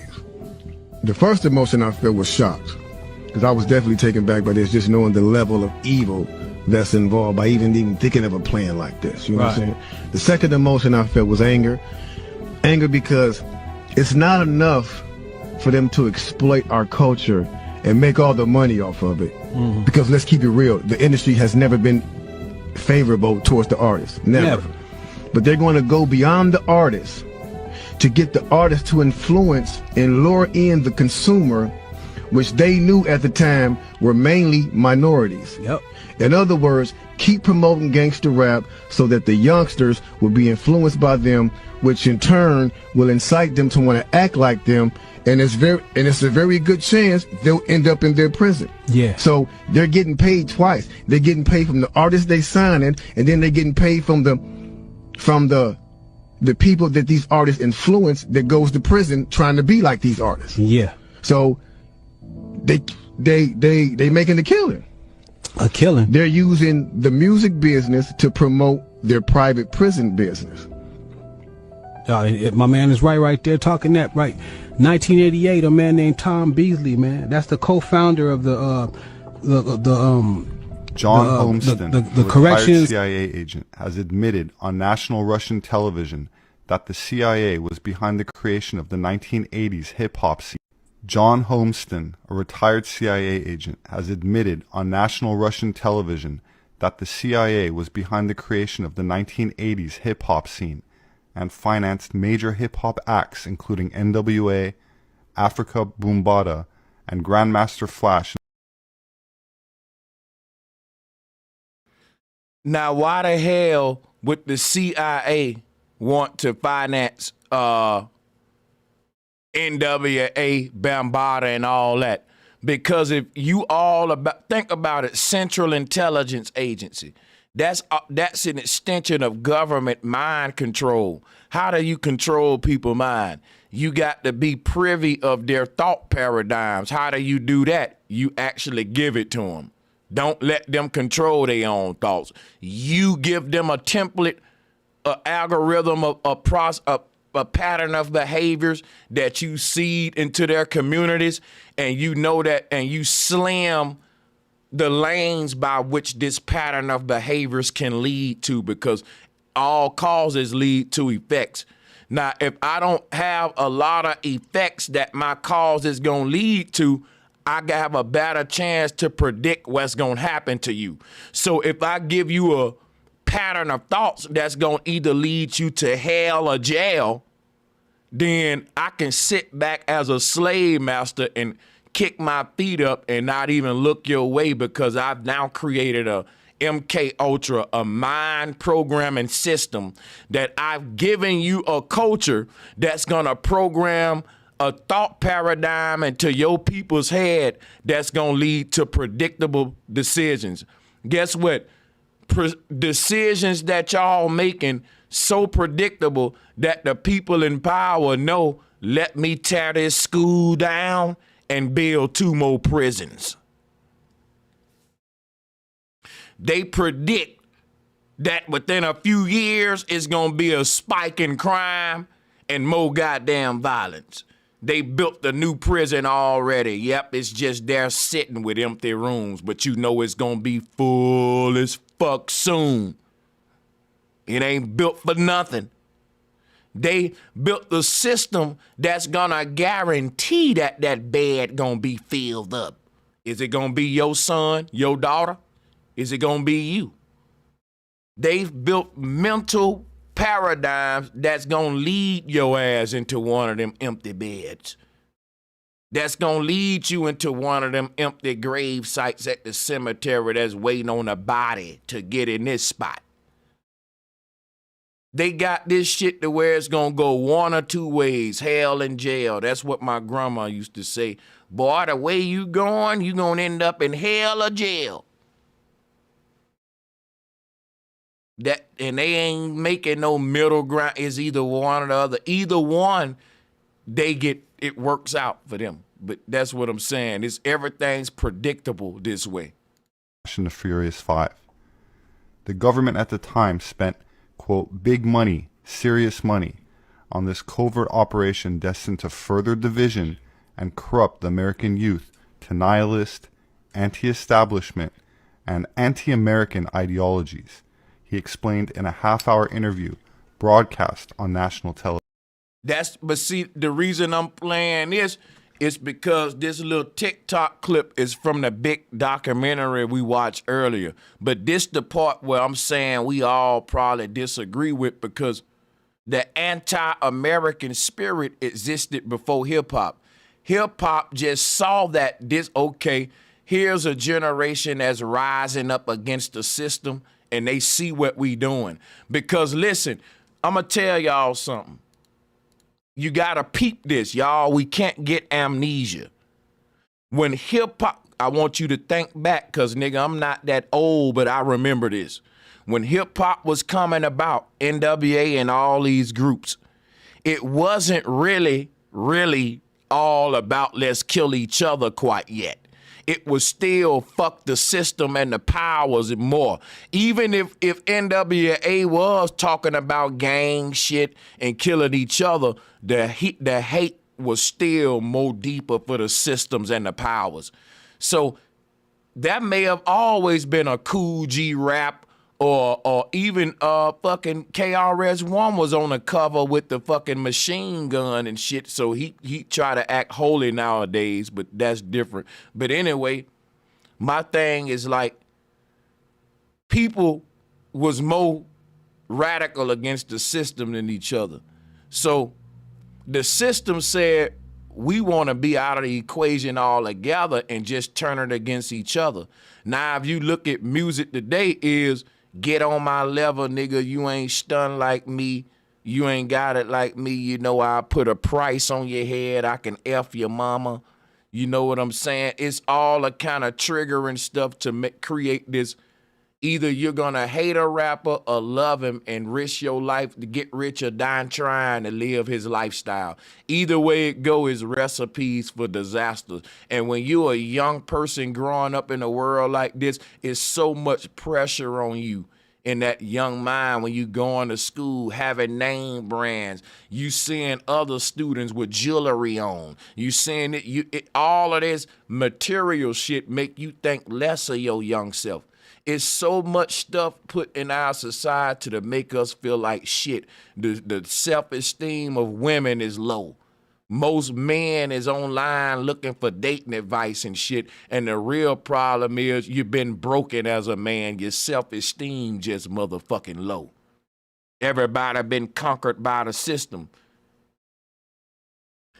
A nigga feel like if the system can control his woman more than him, it's the same situation than a dude who's indoctrinated with a woman who's in church and she's saying, you my husband, but Christ my man before you. All right? I gotta submit to Christ more than you. There is another man that I must love more than I love you. And you see what I'm saying? I'm just saying, I'm reaching and shit. I know, you know how I do, man. I be all over the fucking place, but this whole MK Ultra concept is deep. It is deep, man, because hip hop came to be right after World War II. And they was learning about different ways to propagate symbolism and all that on TV to control the masses. In other words, Hitler created the TV in Germany. But the TV by itself ain't enough. When you get the TV, now you need propaganda systems and rituals that you got to manifest through the TV in order to control the minds of the masses. And so it's deeper than just the TV is how they control us. Well, if they just had the TV, they wouldn't control us like that because people didn't trust the government even with the TV. But when the government started putting propaganda on that TV, indoctrination on that TV, and slowly, corrupting the people over generations, man, now if you argue against what the TV's saying, people say you pseudo. It took a while for us to get like that, though. They know how the mind works. That the MK Ultra taught them in order to change the mind, it happens slowly over generations. It ain't no super duper mind control tool where they just point the shit at everybody and bloop, everybody doing what I want them to do today. If you really serious about controlling millions of people's minds, you got to be patient. You got to be willing to learn how the mind work and a lot of stuff. And they was willing to do that. They found out, though, ain't no shortcuts to controlling the mind, because like a computer, the mind got to be programmed. Now, the less complex that the computer is, the quicker you can program it. Now, the mind is the most complex computer in existence. It takes them at least a generation to program it. But that's genius, though.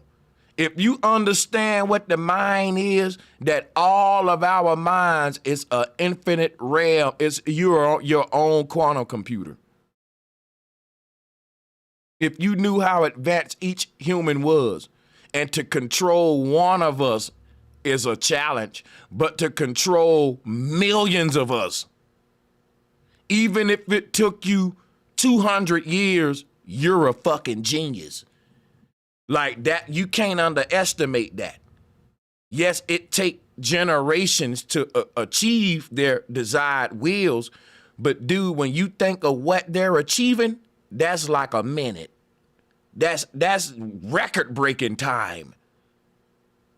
Like they're programming each individual mind to do what they want it to do, and there's millions of these minds. And I'm telling you, the average person, if I told you, go change that person's mind over there, it'll be a challenge. And they can change hundreds of millions of people's mind.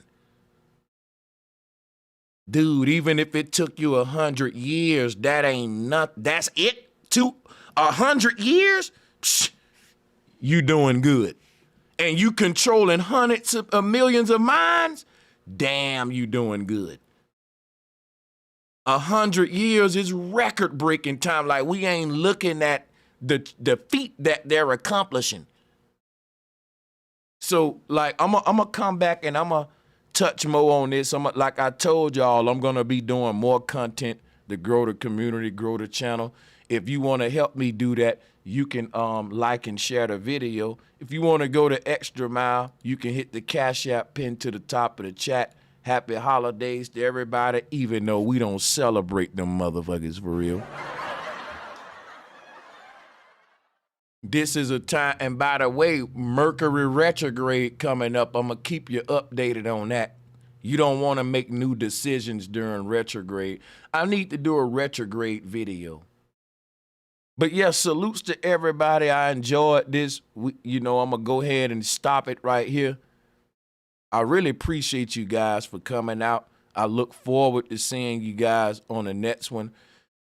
When I get chances, I peep at the chat and I see the good energy, and I just want to drop all of y'all a bomb. I appreciate y'all as a community. Peace and much love.